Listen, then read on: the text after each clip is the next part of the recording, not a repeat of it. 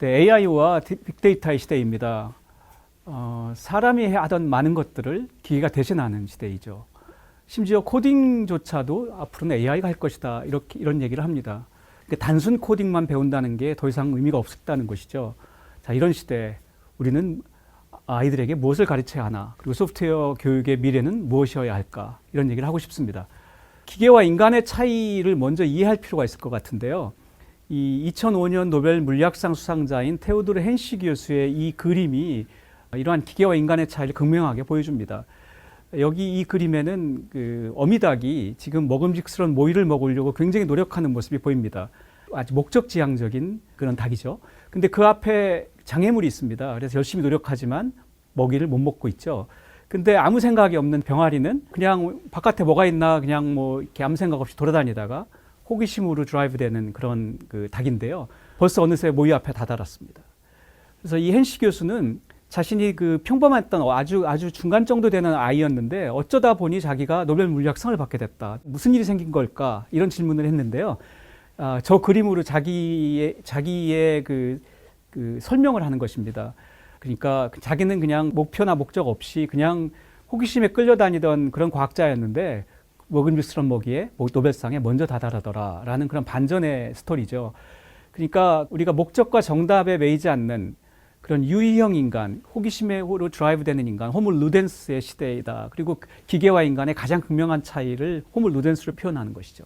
세상이 바뀌고 있습니다. 교육도 바뀌어야 되고요. 자, 세상이 어떤 모습으로 바뀌고 있는지 몇 가지만 보겠습니다. 일단 데이터가 많아졌습니다. 매일 5조 권 분량의 책 분량의 그런 데이터가 쏟아진다고 합니다. 그러니까 지식이 아무리 많이 알고 있어도 오래 못 버팁니다. 유효기간이 짧죠. 학교에서 많이 배워도 금방 낡은 지식이 되고, 옛날에는 많이 알면 성공할 가능성이 높다고 그랬는데 그게 다 옛날 얘기예요. 어차피 몇 년 지나면 똑같거든요. 직업을 가져도 몇 년 지나면 어차피 새로 배워야 되니까 결국은 필요할 때 배우는 능력이 필요하죠. 이런 시대에는 그 직업도 뭐 탄생하고 소멸하는 일들이 빈번해진다고 합니다. 평범한 사람도 앞으로는 자기 인생에서 평생에 적어도 세 번이나 네 번 정도의 그런 커리어 체인지를 경험할 것이다. 뭐 이런 추산도 있습니다. 자, 그렇다면 자기 커리어가 바뀌게 되면 처음 새로 배워야 되잖아요. 그 자기 새로운 커리어에서 요구하는 것들을 새로 배워야 되고, 그러니까 결국은 온디맨드 러닝, 필요할 때 배우는 능력, 이게 이제 중요해지죠. 온디맨드 러닝을 잘 못하는 사람은 하나의 직업에 있을 때는 괜찮은데 다른 걸로 이전했을 때 아주 문제에 부딪힙니다. 그러니까 그 학습 능력이 이제는 키워드가 되는 것인데요. 학습 능력이 뛰어난 사람의 공통점을 이해할 필요가 있습니다. 학습 능력이 뛰어난 사람들은 일반적으로 논리적이고 합리적인 사고에 연습을 한 사람들입니다. 그러니까 새로운 직업으로 이전했을 때 가장 빨리 적응하죠. 어떤 새로운 프로젝트에 투입됐을 때 그 새로운 필요한 것들을 학습하고 그리고 그 프로젝트에 가장 많이 기여할 수 있는 가능성이 높죠. 그래서 그런 학습 능력, 그리고 그걸 가지고 어떤 프로젝트에 갔을 때 프로젝트를 한다는 건 결국 문제를 해결한다는 것인데요. 결국 문제 해결 능력이 키가 됩니다. 이 두 개가 저는 그 미래 세상에서 살아갈 가장 중요한 자산이 될 거라고 생각합니다. 세상의 변화를 얘기할 때 경험과 직감만으로 안 되는 일들이 늘어나는 것도 중요합니다. 예전에는 한 분야에서 오래 일을 했던 사람이 그 분야에 굉장히 많은 것들을 이해하게 되고 인사이트를 갖게 돼요. 그래서 새로운 어떤 데이터를 가져가서 보여줘도 그건 이런 걸 거야 라고 해석할 수 있었죠.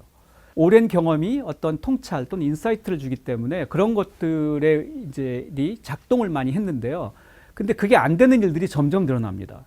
제가 지금 가져온 예들은 팩트풀리스라는 책에서 가져온 예들인데요. 이 팩트풀리스라는 책이 우리말도 번역이 됐는데 우리말 제목도 팩트풀리스입니다. 이게 신조어입니다. 영어 사전에 없어요. 그 역자가 이거를 이제 그 책 내에서 번역하기를 사실충실성이라고 번역했는데요. 이 책이 그 오바마가 젊은이들에게 강추하는 책입니다. 저도 젊은이들에게 권하는 책인데요. 이 책에 각종 그 데이터를 가지고 데이터로부터 어떤 통찰을 얻어내는 그런 것들을 많이 다루고 있는데요. 그 중에서 우리가 예측하기 힘들었던 예들이에요. 이란과 미국 중에 어디가 출생률이 높을까? 이렇게 질문하면요. 많은 사람들은 이란이 높겠지. 당연히 뭐 이렇게 얘기합니다. 회교 국가니까 뭐 아마도 뭐 피임도 잘 안 할 것 같고 종교적인 이유로 뭐 낙태도 안 할 거고 뭐 당연히 높겠지. 근데 사실은 그렇지 않습니다. 사실은 미국이 더 높고요. 이란이 더 낮습니다. 거의 한국 수준으로 낮아요. 그러니까 실제 데이터를 들여다보면 이러한 그 출생률이 어떤 종교와 문화에 영향받는다고 많은 사람들이 믿지만 실제로는 소득에도 영향받습니다. 자, 전쟁하고 질병 중에 어떤 게 인간에게 더 해로울까? 예전에는 보통 다 전쟁이 더 해롭다고 당연히 그렇게 얘기했어요. 요즘은 코로나를 겪고 나서 사람들이 좀 생각이 바뀌었는데요. 당연히 질병이 더 위험합니다. 질병으로 죽은 사람들이 훨씬 많고요. 1차 세계대전 전체 전쟁의 동안에 죽은 사람보다 그 1918년 단 한 해 동안에 스페인 독감으로 죽은 사람이 훨씬 많습니다. 이런 걸 보면 통념이란 게 참 믿을 수 없는 거구나. 이제 이런 걸 알게 되는 거죠. 자, 우리는 그 범죄가 맨날 늘고 있다고 생각합니다. 이게 우리의 상식이에요. TV를 보세요. 영화를 보세요. 맨날 툭 하면 범죄 일어나고 사람들 죽고, 세상은 점점 위험해져. 그런데 실제 데이터를 들여다보면 세상은 점점 안전해지고 있습니다. 범죄는 많이 줄고 있고요. 자, 요즘 TV 보세요. 유아 사망이 뭐 이런 문제들을 보여주고, 뭐 극빈국의 그런 어려운 상황들을 보여주고, 그래서 우리가 도와줘야 하니까 이래서 이제 기부금도 많이 이제 모으고 막 이런 일들이 많이 일어나잖아요. 모든 TV 채널에서 그런 것들을 얘기하거든요. 그런데 데이터를 보면 유아 사망률은 빠르게 줄고 있습니다. 세상은 점점 안전해집니다. 자, 이런 것들이 데이터를 들여다보지 않으면 읽어낼 수 없는, 데이터를 봐야만 알 수 있는 우리 상식의 허점입니다. 교육 환경이 바뀌고 있습니다. 저렇게 세상에 많은 일들이 일어나고 있거든요. 디지털 대변하는 시대, 정보 교육 뭐 더 해야 되지 않나? 뭐 인공지능 더 해야 되지 않나? 뭐 이런 얘기들이, 이런 요구들이 나오고요. 그래서 결국은 지금 현재 초중고 교육 과정이 2015 교육 과정인데요. 이번에 2022 교육 과정이 2달 뒤에 이제 발표되는데요. 그 2022 교육 과정에서는 정보 교육이 2배로 늘죠. 코딩 교육이 느는 거죠. 그래서 앞으로 소프트웨어 교육이 이제 그 초중고 교육에서도 중요한 이제 부분이 될 건데요. 국가 주도의 교육 환경에서 지방별로 각각 색깔을 달리하는 그런 교육도 하게 해달라, 막 이런 요구들도 있고요. 이렇게 그 교육에 대한 그 외부적인 그런 각종 그 변화 요구들이 많이 일어나고 있습니다. 자, 그렇다면 채용하는 기업은 또 어떻게 바뀌고 있을까요? 기업은 또 그 자기들이 필요한 인재에 대한 어떤 그 인재관이 바뀌고 있거든요. 자, 리사 헤이즈라고 하는 구글의 그 인사 담당자가 이런 말을 했습니다. 구글에서는 각종 그 프로젝트를 하는데, 예를 들어서 구글 맵 같은 프로젝트를 하게 되면 지도 전문가를 이제 채용한다는 거예요. 그 분야의 어떤 최고의 전문가들을 채용해서 그 프로젝트를 진행하죠. 근데 프로젝트는 끝나잖아요. 그러면 그 프로젝트에 모였던 사람들이 다시 이합집산 다 흩어져서 다른 또 프로젝트에 새로 또 가거든요. 자, 이렇게 할 때, 그런데 나는 지도 전문가에서 지도밖에 몰라요 하면 어떡하죠? 그 분은 적어도 이전의 프로젝트에서는 능력자였지만 이제 할 일이 없어지는 거죠. 그렇다면 이런 사람들은 어떻게 하죠? 물었더니 저분이 대답한 거예요. 그 직원이 할 수 있는 일이 여전히 구글에 있길 바랍니다. 없으면 어떡하죠? 결국은 자기의 전문성, 전문적인 영역을 갖는 건 중요하지만 그것만 할 수 있다는 건 굉장히 위험한 것입니다. 전문성의 이전이 자유로워야 합니다. 적어도 기업에서는 그걸 요구하고 있죠. 제가 얼마 전에 어떤 회의 갔다가 그 네이버 서비스 총괄이신 유봉석 전무님을 만났는데요. 그분한테 들었어요. 회사에서 어떤 그 교육 프로그램들이 있나요? 제가 여쭸더니 이 네이버에도 이제 예전에 이과 교육을 받은 직원들도 많고 문과 교육을 받은 직원들도 있는데, 예전에는 보통 개발자는 많은 경우에 이과 출신 직원들이었다는 거죠. 근데 최근에는 문과 출신 직원들도 개발자나 이런 것들을 하고 싶어하는 분들이 많대요. 실제로 또 그분들이 갖고 있는 그런 어떤 인문학적인 소양 같은 게 도움이 될 수도 있고, 그래서 그러한 직역의 확대를 지원하기 위해서 이제 사내에서 문과생을 위한 빅데이터, 뭐 문과생을 위한 통계 분석, 뭐 이런 것들을 교육 프로그램을 좀 만들어서 해봤대요. 원래는 한 시즌 하고 끝내려고 그랬는데 반응이 너무 좋아서, 너무 폭발적이어서 계속해달라는 요구가 너무 많아서 결국 계속하기로 했다고 그런 말씀을 하시더라고요. 결국 문과, 이과의 구별이 모호해지고 있습니다. 2015년에 나온 기사 하나 보여드리겠습니다. 기업이 어떻게 바뀌고 있는지. 다국적 기업입니다. 그 어니스트 양인데요. 그 회계 기업입니다. 어카운팅 분야의 다국적 기업인데, 이 기업이 그 신입 직원을 뽑을 때 더 이상 대학 졸업장을 요구하지 않기로 했다. 이런 기사입니다. 거기 보면 왜냐하면이라고 써 있어요. 왜냐하면 그 자기들의 그동안 HR 데이터를 분석해 보니까 졸업장이 있다는 게 자기네 회사에서의 성공을 의미하지 않더라. 앞으로 그래서 요구 않겠다. 이런 발표를 했었거든요. 그러고 나서 2018년 기사입니다. 3년 뒤에. 저기는 이제 그게 확산되고 있다는 거예요. 구글, 애플, 그리고 12개의 다른 회사들이 더 이상 자기네 신입 직원들 뽑을 때 대학 학위를 요구하지 않기로 했다. 저 밑에 조그만 그 깨알같이 있는 기사 중에 내용에는 어떤 것도 있냐면, 기술기업이라고 하는 IBM조차도 미국에서 채용하는 그 직원들의 15%는 학사학위가 없다. 뭐 이런 얘기가 들어 있습니다. 이런 현상들이 생기고 나서 신기하게도 이것들이 교육에 영향을 줬습니다. 2018년 데이터를 보면 미국 대학에서 입학 정원을 다 채운 대학이 30%밖에 안 됩니다. 나머지 70%는 정원을 못 채웠어요. 우리나라에서 지금 대학교 입학 정원 미달 뭐 이런 얘기 많이 나오는데요. 학령 인구 적어져서 그렇다고 그러잖아요. 미국은 학령 인구 문제 없거든요.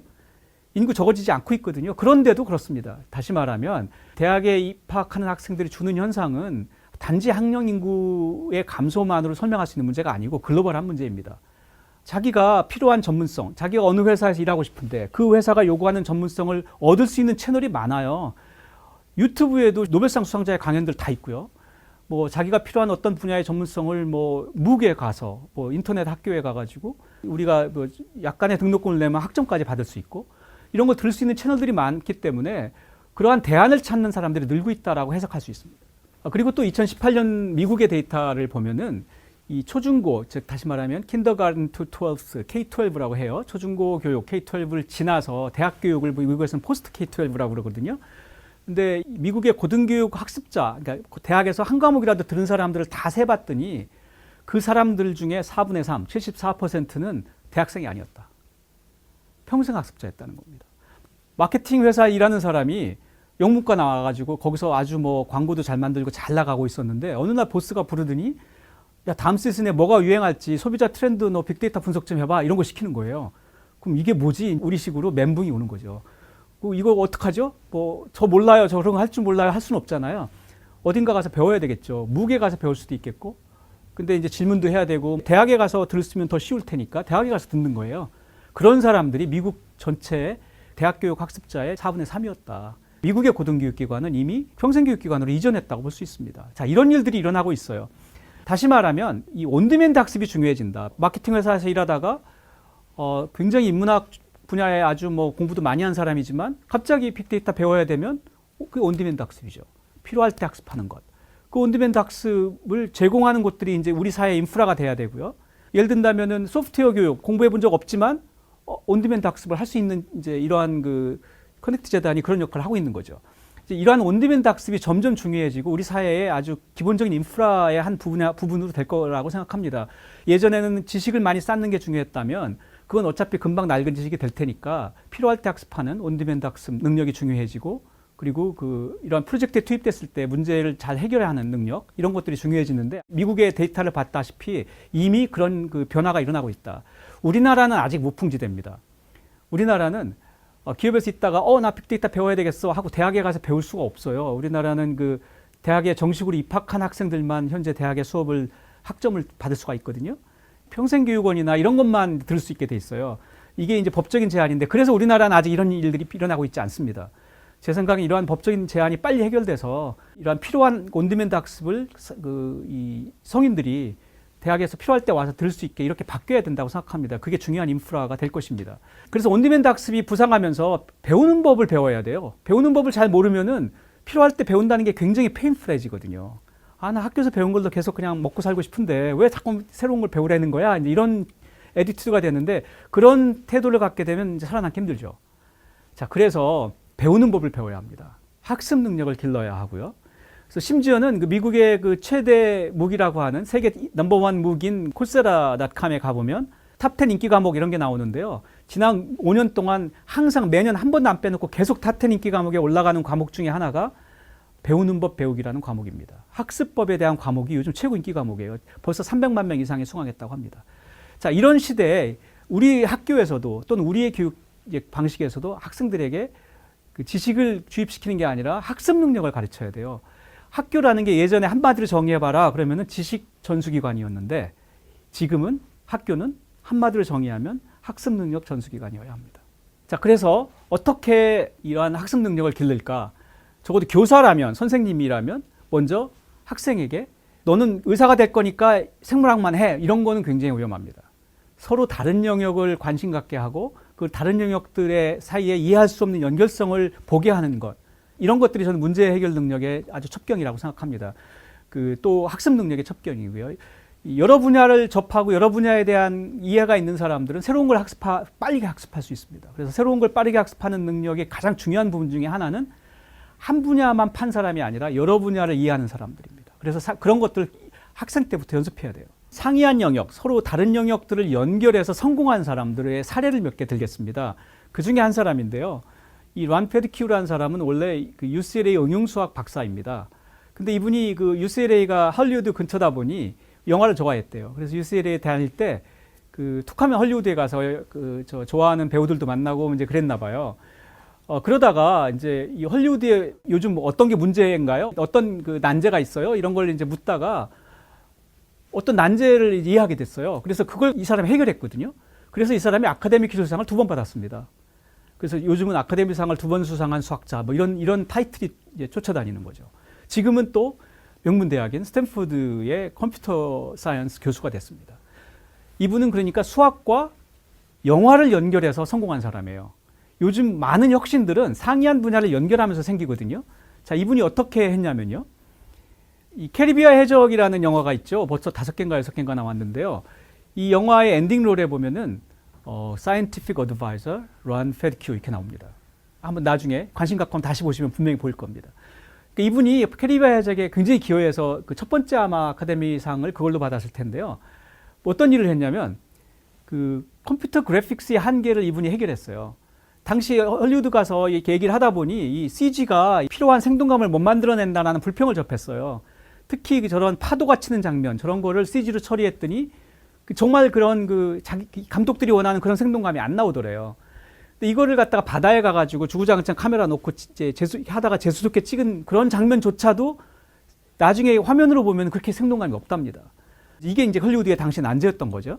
이 얘기를 듣고 이분이 아 그래? 그럼 그건 내가 해결할 수 있어. 그리고 유체역학을 썼어요. 유체역학이라는 게 플루이드 미케닉스인데요. 공기나 물이나 기름이나 막 이런 것들의 운동을 다루는 수학의 한 분야 또는 뭐 물리학의 한 분야 또는 뭐 항공공학의 한 분야이기도 한데요. 이 유체역학의 기본 방정식이 나비에르-스톡스 방정식이라고 해요. 어려운 방정식이에요. 제가 여기다 써놨는데요. 저거 편비문 방정식이고 굉장히 어려운 방정식이라 수학자들도 아직은 저걸 엄밀하게 푸는 방법을 몰라요. 그렇게 어려운 방정식인데 저거를 이제 이 각종 뭐 바람이 어떻게 오고 있고 막 이런 조건을 다 주면은 컴퓨터를 사용해서 근사적으로 풀 수 있거든요. 수치적으로. 그렇게 풀면요. 자, 지금 현재 파도가 모양이 이런데 바람이 어떻게 오고 막 이런 걸 다 집어넣고 풀면 0.1초 후에는 모양이 어떻게 바뀔지, 0.2초 후에는 어떻게 바뀔지 예상할 수 있어요.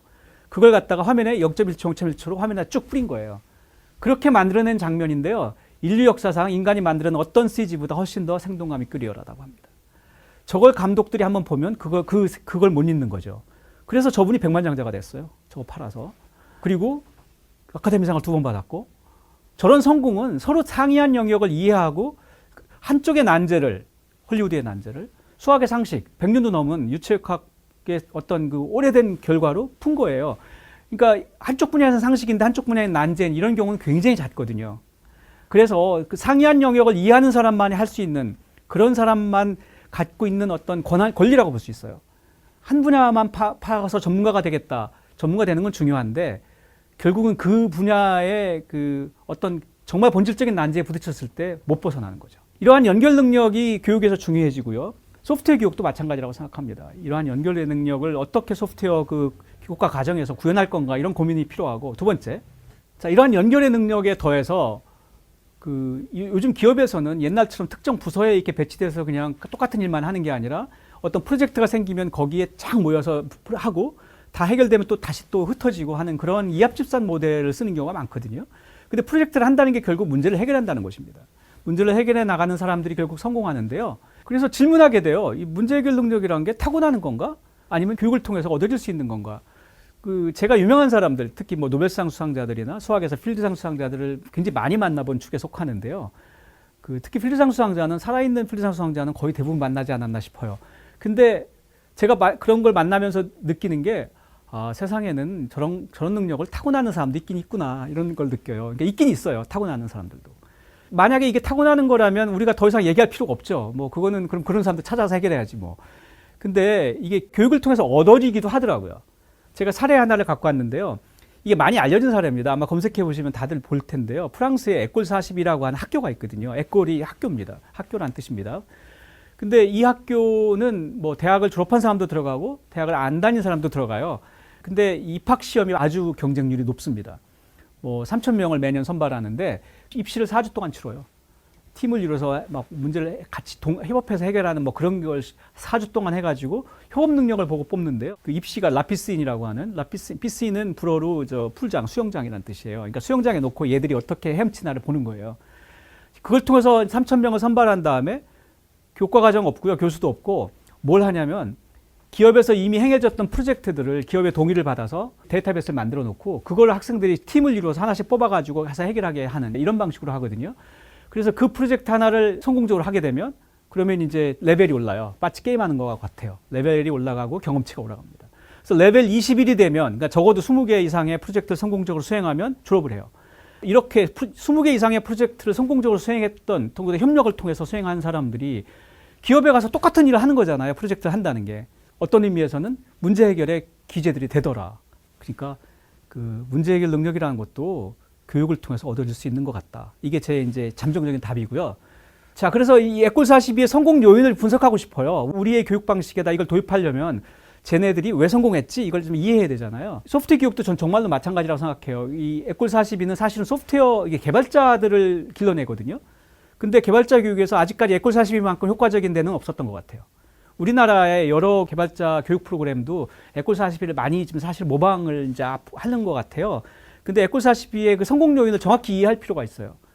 에꼴 42의 성공 요인은 저는 동료와 함께 배우고 동료와 함께 해결하는 모델이라고 생각합니다. 혼자 문제를 해결하는 게 아니라 반드시 동료와 함께 해결하게 하거든요. 그리고 그런 과정에서 나한테는 쉬운 문제가 동료한테 어려울 수 있고 또 반대의 경우도 있다는 걸 체험하게 되고 그러니까 한 프로젝트에서는 내가 많이 기여했지만 다음번에서는 또 저 사람이 기여할 수도 있기 때문에 이 공정함의 문제 서로 내가 훨씬 열심히 했는데 왜 똑같이 학점을 받지 뭐 이런 거 억울하잖아요. 이런 문제들이 해결되는 거죠.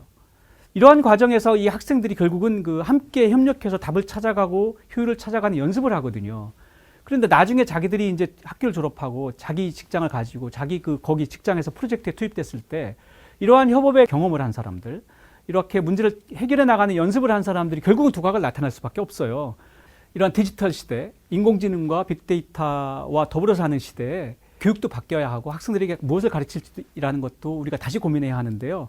저는 학생들에게 학습 능력을 길러주는 것 그리고 이전에 경험해보지 못한 문제에 부딪혔을 때 그 문제들을 차근차근히 해결하는 능력 그리고 특히 동료와 함께 해결하는 그런 연습을 시키는 것 이런 것들이 교육의 중요한 부분이 되어야 한다고 생각합니다. 그래서 소프트웨어 교육에서도 이러한 팀 프로젝트를 반드시 구현해야 하고요. 학생들 간의 어떤 공정함의 문제가 발생하겠지만 그러한 것들을 우리가 좀 더 긴 타임 프레임에서는 너가 반드시 더 얻을 것이다 라고 설득해 가면서라도 저는 소프트웨어 교육도 그러한 팀 프로젝트의 형태로 구현되어야 된다고 생각합니다. 그것들이 단지 소프트웨어 교육뿐만 아니라 학생의 미래, 학생의 어떤 학습 역량이나 능력이라는 그러한 큰 틀의 어떤 역량을 길러나가는 과정에서 소프트웨어 교육도 그 한 부분이라고 생각하고요. 그리고 학생의 미래에 더 큰 도움이 될 거라고 생각합니다. 감사합니다.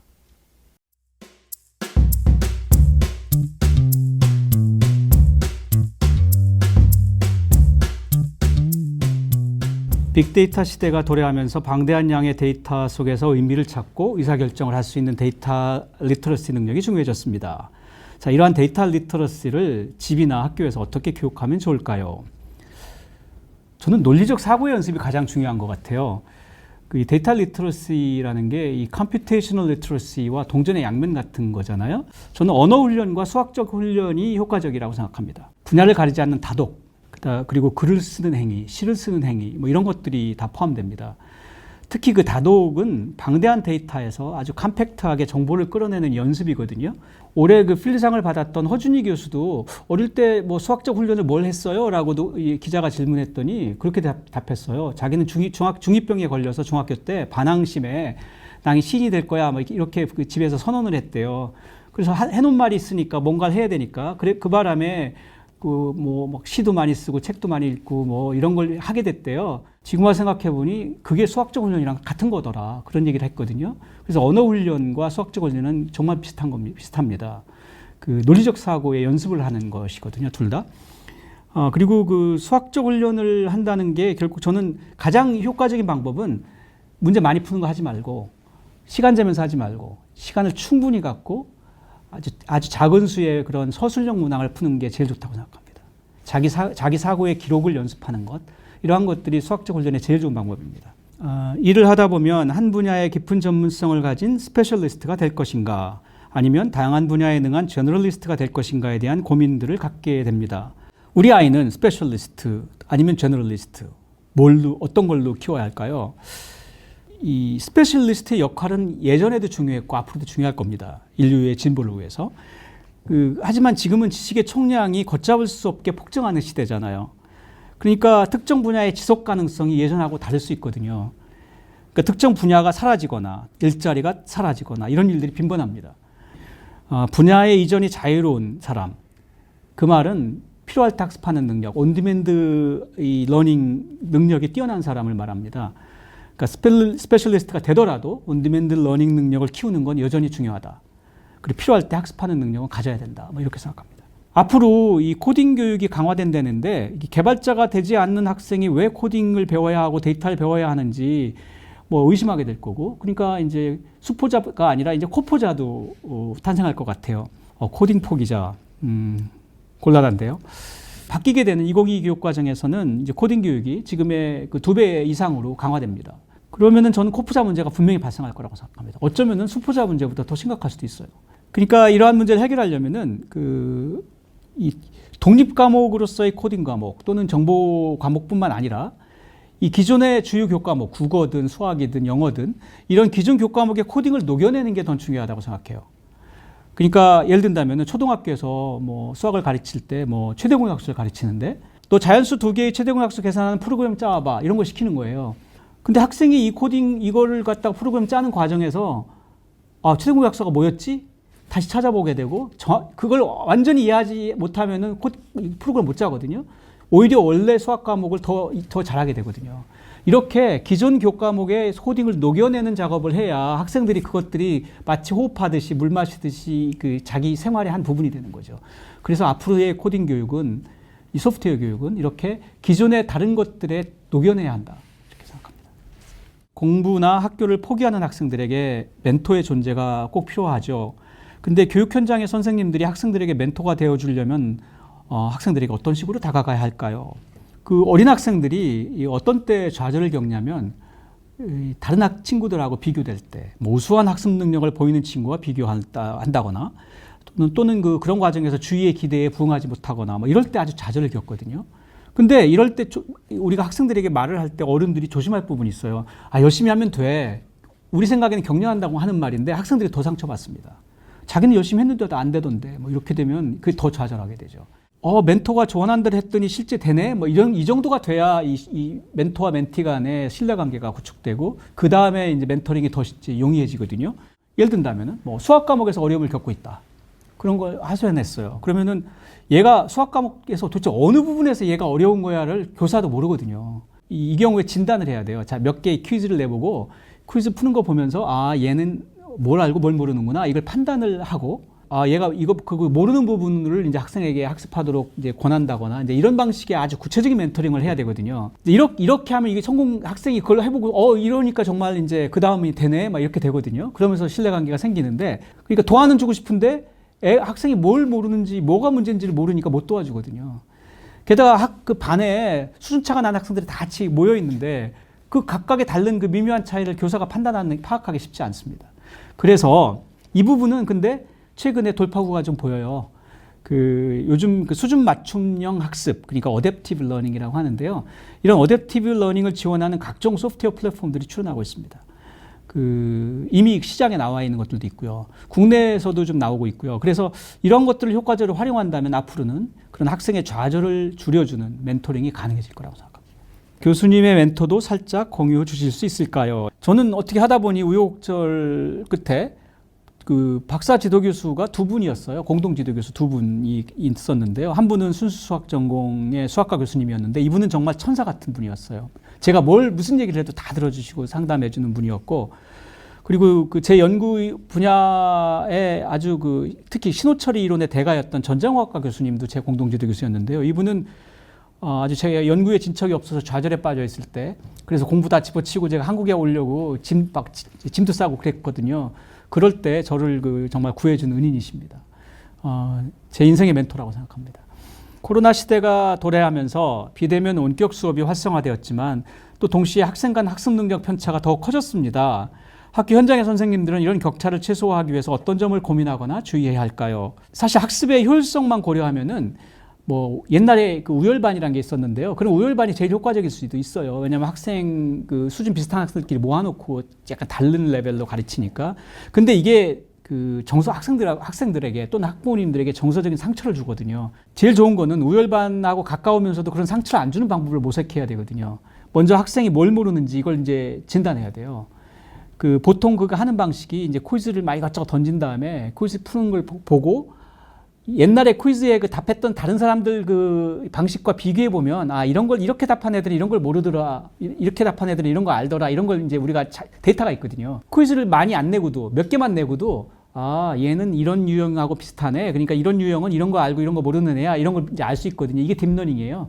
그래서 요즘은 그런 방식을 아예 프로그램으로 구축한 그런 소프트웨어 플랫폼들이 이제 나오고 있어요. 알렉스라고 하는 거에 제일 유명해요. 근데 저는 이 학부모님이나 교사가 진단 전문성을 갖고 있다면 제일 좋고, 없다면 이제 이런 그 어댑티브 러닝을 지원하는 그런 그 소프트웨어 플랫폼들을 도입해서 쓰면 좋겠다라고 생각하고요. 주의하셔야 되는 거는 학생의 개인 프라이버시를 잘 지켜주셔야 합니다. 그래서 특정 학생이 현재 어느 부분을 재학습하고 있다, 이런 것들을 적어도 다른 학생들은 알면 안 돼요. 그래서 그런 거에 대한 두려움이 없으면 학생들이 시간이 좀 걸리더라도 다른 거 예전 걸 돌아가서 학습하는 거를 보통은 마다하지 않거든요. 안 하는 이유는 창피해서 그러거든요.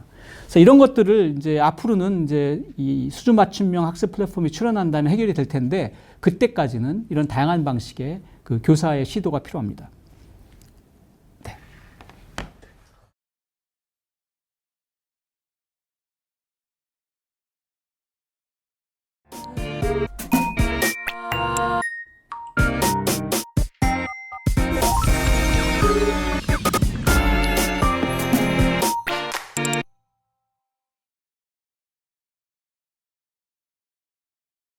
네, 안녕하세요. 네이버 커넥트 재단 소프트웨어 교육팀의 김지각입니다. 오늘 이 자리에 좀 특별한 선생님들, 특수한 선생님이라고 표현을 해도 될 것 같은데요. 선생님 네 분 모셨는데 한번 자기소개 좀 부탁드리겠습니다. 안녕하세요. 서울정진학교 소속 특수교사 황정인입니다. 네, 황정인 선생님. 네. 안녕하세요. 경기도 안성 삼죽초등학교 특수학급 담임 이주연입니다. 네, 이주연 선생님 반갑습니다. 네, 그리고요. 네, 안녕하세요. 서울정진학교 교사 안지훈입니다. 반갑습니다. 네, 반갑습니다. 네, 다음. 네, 안녕하세요. 저는 서울나래학교 교사 이수빈입니다. 네, 반갑습니다. 오늘 자리해 주셔서 감사합니다. 지금 이제 특수학교 선생님들이신데 이 특수교육이라는 것 단어 자체가 조금 저는 낯설기도 하고 모르시는 분들이 있으실 것 같아요. 특수학교, 특수교육 이게 어떻게 좀 풀어서 쉽게 설명할 수 있을까요? 특수교육을 좀 쉽게 말씀드리자면 장애를 가진 친구들을 특수교육 대상자라고 하거든요. 그 특수교육 대상자들이 개개인의 장애 특성에 걸맞는 교육을 받는 그것을 특수교육이라고 할 수 있을 것 같습니다. 네네. 그렇군요. 그러면 이제 이런 학생들하고 이제 수업을 직접 하시는 선생님들이시잖아요. 그럼 이제 여러 가지 장애 유형이 있을 것 같아요. 저는 이제 그런 거에 대해서 좀 잘 모르는데 혹시 이런 같은 반에서 이렇게 같이 수업을 하는 학생들의 장애 유형들이 어떤 것들이 좀 있는지, 어떤 유형들이 있는지 좀 궁금합니다. 네. 이제 저희 장애인복지법이랑 장애인 등에 대한 특수교육법이 있어요. 이런 법들에 따르면 여러 가지 장애 유형이 나누어져 있는데, 이제 저희 특수학교 같은 경우에는 이제 지적장애, 자폐성장애 같은 발달장애 특수학교가 있고요. 또 중도, 중복, 지체장애 특수학교가 있고, 그리고 이제 시각장애 학교나 청각장애 학교 같은 감각장애 학교 등으로 나누어져 있습니다. 네. 네. 되게 복잡한데 말씀 너무 잘해주시네요. 외우느라고 조금. 정말 너무 복잡해서 저도 잘 모르겠어요. 평상시에 듣던 네. 그런 장애 유형만 이렇게 좀 들리고 잘 안 그쵸. 들리는데 네. 많은 분들이 아마 그러실 것 같아요. 그래서 이런 시간들을 통해서 좀 많이 관심과 이해가 좀 높아졌으면 좋겠습니다. 근데 이제 이 교육을 하려면 사실 이제 일반 선생님들은 못 하실 것 같아요. 그럼 이제 뭔가 지원 절차라든가 뭐 특별한 자격증이라든가 이런 게 필요할 것 같은데 어떤가요? 네, 저희는 특수교사 자격증이 있어야지 특수교사를 할 수 있고요. 입학할 때부터 초등 특수교육과, 유아 특수교육과, 중등 특수교육과로 나누어진 학교에서 4년 졸업을 한 뒤에 특수교사 자격증을 받습니다. 그러고 나서 특수교육을 하는 특수교사가 됩니다. 그렇군요. 그러면 이제 학생들이 이렇게 또 학급에서 모여서 이제 수업을 듣게 될 텐데 일반 학교는 사실 이제 20명, 25명 내외로 이렇게 구성이 되어 있잖아요. 네, 근데 특수학교는 좀 어떻게 되어 있죠? 일반 초등학교의 법정 정원이 25명 정도로 지금 알고 있는데요. 특수교육도 학급별 법정 정원이 있습니다. 저희는 임용 공부할 때 4667이라고 외우는데요. 네, 유치원 4명, 초등학교 6명, 중학교 6명, 고등학교 7명입니다. 4667. 네, 4667입니다. 4667이죠? 네. 쉽죠? 외워놓겠습니다. 4667. 네. 그러면 이제 그런 학생들이 좀 이제 모여서 수업을 진행을 할 텐데 이제 일반 학교 같은 경우는 뭐 국산사자 은미채 이렇게 있잖아요. 네, 이거 옛날 이야기네요. 네. 요즘 뭐 슬기로운 뭐 이렇게 되나요? 네. 이렇게 일반 과목들이 있는데 이 특수학교에서는 또 그런 것들을 그대로 다 배우고 있는지, 그리고 또 소프트웨어 교육이나 인공지능 교육들이 또 일반 학교에서는 의무화가 돼서 다 하고 있잖아요. 근데 특수학교에서는 그런 것들을 어떻게 하고 있는지도 좀 궁금합니다. 네. 네, 저는 일반 학교 특수학급에 배치된 학생들을 가르치는데요. 일반 학교 특수학급에 배치된 학생들은 웬만한 다른 교과목은 동일하게 친구들과 함께 듣고 있고요. 개별화 교육이 필요하다고 선정된 교과는 특수학급에서 개별 교육 또는 소집단 교육을 받고 있습니다. 대부분의 학생들이 국어 또는 수학 과목에서 특수교육을 받고 있는 경우가 많고요. 그래서 소프트웨어 교육이나 인공지능 교육을 시수로 편성하기는 조금 어려운 것 같아요. 그래서 국어 또는 수학을 공부할 때 디지털 학습 요소를 최대한 융합하여 가르치려고 하고 있습니다. 학생들하고 수업을 하기 위해서는 피지컬 도구들이 좀 필요할 것 같아요. 도구라든가 이런 것들, 뭐 로봇이라든가 이런 것들이 필요할 텐데 일반 학교에서 쓰는 학교 그런 도구들을 그대로 사용하고 계시는 건지, 아니면 뭐 좀 더 특별한 특수한 도구들을 사용하시는지 그런 것들이 좀 궁금한데요. 저는 특수학교에서 근무하고 있는데요. 특수학교에서 인공지능 교육이나 소프트웨어 교육을 하기 위해서 피지컬 컴퓨팅 도구가 굉장히 유용하게 사용되고 있습니다. 그 무엇보다도 완성형 로봇을 활용하는 수업이 가장 인기가 좋은데요. 학생들이 처음에는 무서워하고 두려워해서 잡지도 않으려고 하던 것들이 귀여운 모양의 로봇들을 보다 보면 이제 나중에는 내 친구라고 표현도 하고요. 즐겁게 수업에 참여하려고 하고 있습니다. 네네네. 선생님이 귀여우니까. 죄송합니다. 네. 혹시 선생님은 또? 네, 저는 특수학급에서 학생들을 교육하고 있는데요. 특수학교보다는 확실히 좀 소프트웨어 교육, 인공지능 교육이 좀 열악한 것 같아요. 관심이 있으신 선생님이라면 태블릿 PC를 이용하거나 뭐 VR 도구를 사용하거나 교육용 코딩 로봇을 이용하는 선생님들도 있으신데, 너무 학교마다 편차가 크고 학급마다 너무 지금 준비되어 있는 환경이 너무 다른 것 같습니다. 열악한 곳은 정말 열악하고 관심 있는 선생님들은 최대한 많이 세팅해서 아이들과 함께 하려고 하시는 것 같아요. 네네네. 그러면 이제 뭐 중학교나 초등학교 정도만 돼도 사실 이렇게 피지컬을 다루는 게 괜찮을 것 같은데, 황정희 유치 담당이시죠? 네네. 네, 유치면 4667. 그럼 4명의 학생이랑 같이 하시는 건데, 네네. 그럼 그 학생들은 뭐 피지컬을 사용을 하나요? 아무래도 학생들이 직접적으로 스스로 피지컬 컴퓨팅이나 교육 도구들을 조작하는 거에는 아무래도 어려움이 있습니다. 네네. 그렇지만 유아특수교육에서는 조기중재가 정말 중요한데 조기중재라고 합니다. 조기중재. 네, 전체 특수교육 및 유아특수교육에서 조기중재가 중요한데 어릴 때부터, 최대한 어릴 때부터 특수교육적 중재를 들어가는 걸 말하는 것입니다.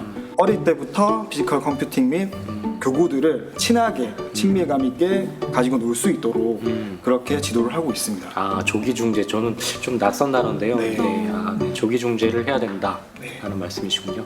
네. 그럼 이렇게 또 수업들을 하면 사실 이제 그냥 막 하는 게 아니잖아요. 뭐 그냥 하는 게 아니고 목표를 가지고 하게 될 것 같아요. 그래서 일반 학교 같은 경우는 뭐 컴퓨팅 사고력을 기반으로 창의적인 문제 해결을 하는 뭐 인재 양성을 맞아요. 한다. 뭐 이런 목표를 두고 이제 소프트 교육을 하잖아요. 근데 특수학교에서는 또 어떻게 하고 있는지 목표를, 그게 좀 궁금합니다. 궁금합니다. 네. 네, 사실 특수학교에서도 일반 학교에서와 동일하게 이제 창의적인 사고력 그리고 컴퓨팅 사고력을 기르는 데 목적을 두고 있지만 조금 더 포인트를 둔다면 경험에 중점을 두는 것 같아요. 아, 경험이요? 네, 아. 모든 학생들이 이제 다양한 경험을 할 수 있도록 그리고 이제 미래 사회에 나가게 되면 지금 여기 네이버 건물처럼 다양한 로봇들 그리고 이제 인공지능, 뭐 IoT 여러 가지의 이런 환경을 마주치게 될 텐데 이런 미래 사회에 나가서도 이제 학생들이 잘 적응할 수 있도록 그리고 자아 실현 같은 것을 이뤄낼 수 있도록 하기 위해서 이런 경험을 중점으로 가르치는 게 중요하다고 생각합니다. 아, 네네, 경험. 네. 저희도 이제 초등 같은 경우는 그런 것 같아요. 이제 학생들이 이론적으로 이런 것들을 다 알 수 있는 건 아니지만 경험하게 하고 기회를 갖게 하고 이런 것들이 되게 중요한 것 같은데요. 네. 네, 장애 학생 쪽도 동일하다고 보면 되겠네요. 네, 맞아요. 네, 맞습니다. 네, 그러면 이제 실제 여기 계신 분들은 다 초등학교, 중학교에서 다 수업들을 하고 계실 텐데, 실제 이제 사례가 조금 궁금해요. 그래서 실제 사례들을 뭐 조금 간략하게라도 선생님 한 분 한 분 좀 들어보고 싶은데요. 이쪽부터 한번 이렇게 가볼까요? 네, 좋아요. 네, 이제 저희 서울 나래학교 같은 경우는 이제 인공지능 선도학교로 올해 지정이 되었거든요. 그래서 다양한 인공지능 교육을 이제 하고 있는데 아무래도 저희 학교 학생들이 중증의 장애를 가진 학생들이 많고 좀 중복된 장애를 가진 학생들이 많다 보니까 언플러그드 코딩 같은 것들을 많이 하고 있어요. 이제 기본 귀여운 로봇들로 시작해서 이제 다양한 소프트웨어들을 활용해서 교육하고 있는데요. 이제 인공지능을 처음 접하는 개념이다 보니까 클로바 램프라던가 이런 인공지능 스피커들 있잖아요. 이제 그런 것들을 활용해서 수업을 하고 있기도 하고요. 아니면 이제 방향 코딩들, 아주 기초적인 코딩들을 이제 증강현실과 연결해서 교육하고 있기도 하고요. 그리고 이제 구글의 다양한 인공지능 플랫폼들이 있어요. 그런 오토드로우나 세미컨덕터, 이제 크롬 뮤직랩 이런 것들을 활용하면서 다양하게 활동을 하고 있는 것 같아요. 아, 네네. 이수빈 선생님이 되게 이렇게 많은 것들을 활용하고 계신 것 같은데 실제 특수학교에 계신 선생님들이 이렇게 다 잘 사용하고 계신가요? 이제 그게 조금 이제 제 해결 과제이기도 한데요. 이제 모든 선생님들이 이런 융합하는 과목에 더 적극적으로 참여할 수 있도록 담당 교사가 조금 더 알려줘야 되는 부분도 있는 것 같고요. 같이 해결하면서 수업을 나눌 수 있는 사례가 제일 중요한 것 같아요. 아, 네. 사례들이 좀 많이 생기고 그래서 네. 이렇게 이수빈 선생님처럼 적극적으로 또 활용해 주시고 네, 이렇게 경험을 공유하고 네, 이런 게 또 맞아요. 많이 필요할 것 같습니다. 네. 네, 안지훈 선생님. 네, 저희 서울정진학교도 질 수 없을 것 같아서 맞아요. 경쟁인가요? 네, 갑자기 막 경쟁 심리가 막 불부터 올라서요. 네, 저희 학교도 나래학교와 마찬가지로 인공지능 교육 선도학교를 하고 있고요. 네, 또 2019년부터 소프트웨어 교육 선도학교를 운영해 왔어요. 그래서 더 먼저. 하지만 이수민 선생님께서 정말 열심히 활동을 해주시고 계셔서 저희도 힘을 받아서 으쌰으쌰하면서 하고 있는데요. 그 학생들이 해를 거듭할수록 발전하는 걸 느끼고 있거든요. 그래서 저희도 뭐 인공지능을 활용하기 위해서 정말 제가 자랑하는 클로버 램프를 활용을 합니다. 잠깐 예를 들어 말씀드리자면 클로버 램프로 학생들이 날짜와 날씨 그리고 시각 등을 확인을 하고 또 그걸로 공부할 내용들을 확인을 해요. 그러다 보면 내가 공부해야 되는 것들과 내가 궁금한 것들을 직접 해결할 수 있어서 정말 좋아하고요. 또 그 소프트웨어야 놀자에 있는 컨텐츠들도 정말 많이 활용을 합니다. 네, 엔트리를 활용하기 위해서 거기 있는 동영상 자료들을 정말 많이 활용하는 것 같아요. 귀여운 캐릭터들의 동영상들도 정말 좋아하고요. 그래서 시청각 교육도 실시하는 반면에 또 피지컬 컴퓨팅을 활용해서 학생들이 로봇으로 코딩을 하게 하는 활동을 통해서도 컴퓨팅 사고력을 길러주기도 하고요.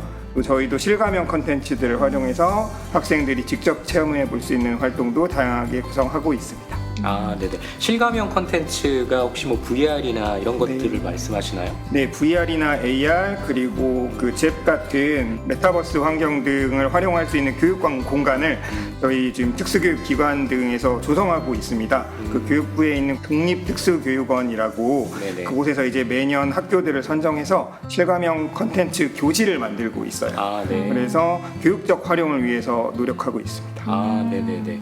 정말 이렇게 들어보니까 일반 학교 못지않게 특수 학교에서도 되게 많은 것들을 하고 있고 다양하게 다 하고 있으신 것 같아요. 네, 혹시 이주연 선생님은 사례가 있으실까요? 저는 이번에 코로나로 인해서 원격 수업을 시작하면서 소프트웨어 교육, 인공지능 교육에 관심을 갖게 되었었는데요. 가장 먼저 그때 온라인 수업 자료를 올려야 되는데 목소리를 직접 녹음하기가 너무 부담스러운 거예요. 목소리 좋으신데요. 목소리 좋으신데요? 네. 그래서 저는 네. 정말 클로버 더빙을 아. 정말 도움을 많이 받았어요. 네네. 처음에는 이렇게 학습 교재를 만든다고 클로버 더빙의 음성 파일을 많이 이용을 했었는데요. 이거를 한글 지도에 접합을 시키면 어떨까라는 생각을 하면서 직접 아이들한테 텍스트를 치게 했고 그 자신이 친 텍스트를 음성으로 들을 수 있게 그리고 그거를 학습 결과물에 활용할 수 있게 했더니 맞디아 쓰기, 철자 쓰기 이런 맞춤법 지도 아이들 정말 싫어하거든요. 그런데도 이렇게 키보드를 누르면서 그리고 직접 쓴 자기의 글을 AI가 읽어주면서 아이들이 너무 좋아했고 흥미도가 높아지니까 학습 결과도 많이 올라갔던 경험이 있었습니다. 아, 네네네. 클로바를 또 활용하셔서. 네. 네네네. 학생들이 일반 학생들도 사실 근데 이렇게 일반 학생이라고 이렇게 구분을 줘도 되나요? 어떻게 이야기할 수 있죠? 괜찮습니다. 괜찮은 것 괜찮은가요? 같습니다. 네, 일반 학생, 장애 학생 이렇게 네. 얘기해도 네. 될까요? 네. 그러니까 일반 학생들 경우에도 최근에는 보면 이 키보드를 하는 게 상당히 뭐랄까요, 이제 못하더라고요. 그러니까 이 스마트폰에 익숙해 있어서 이 키보드를 누르는 게 어려운데 우리 또 장애 학생들하고 그런 것들을 시도하시고 거기에서 또 교육적 효과도 나온다고 하시니까 되게 좋은 사례이신 것 같아요. 네, 목소리 좋으세요? 하지만 AI가 조금 더 목소리가 또렷하고 발음이 좋은 것 같더라고요. 네, 많이 사용해 주시면 좋을 것 같습니다.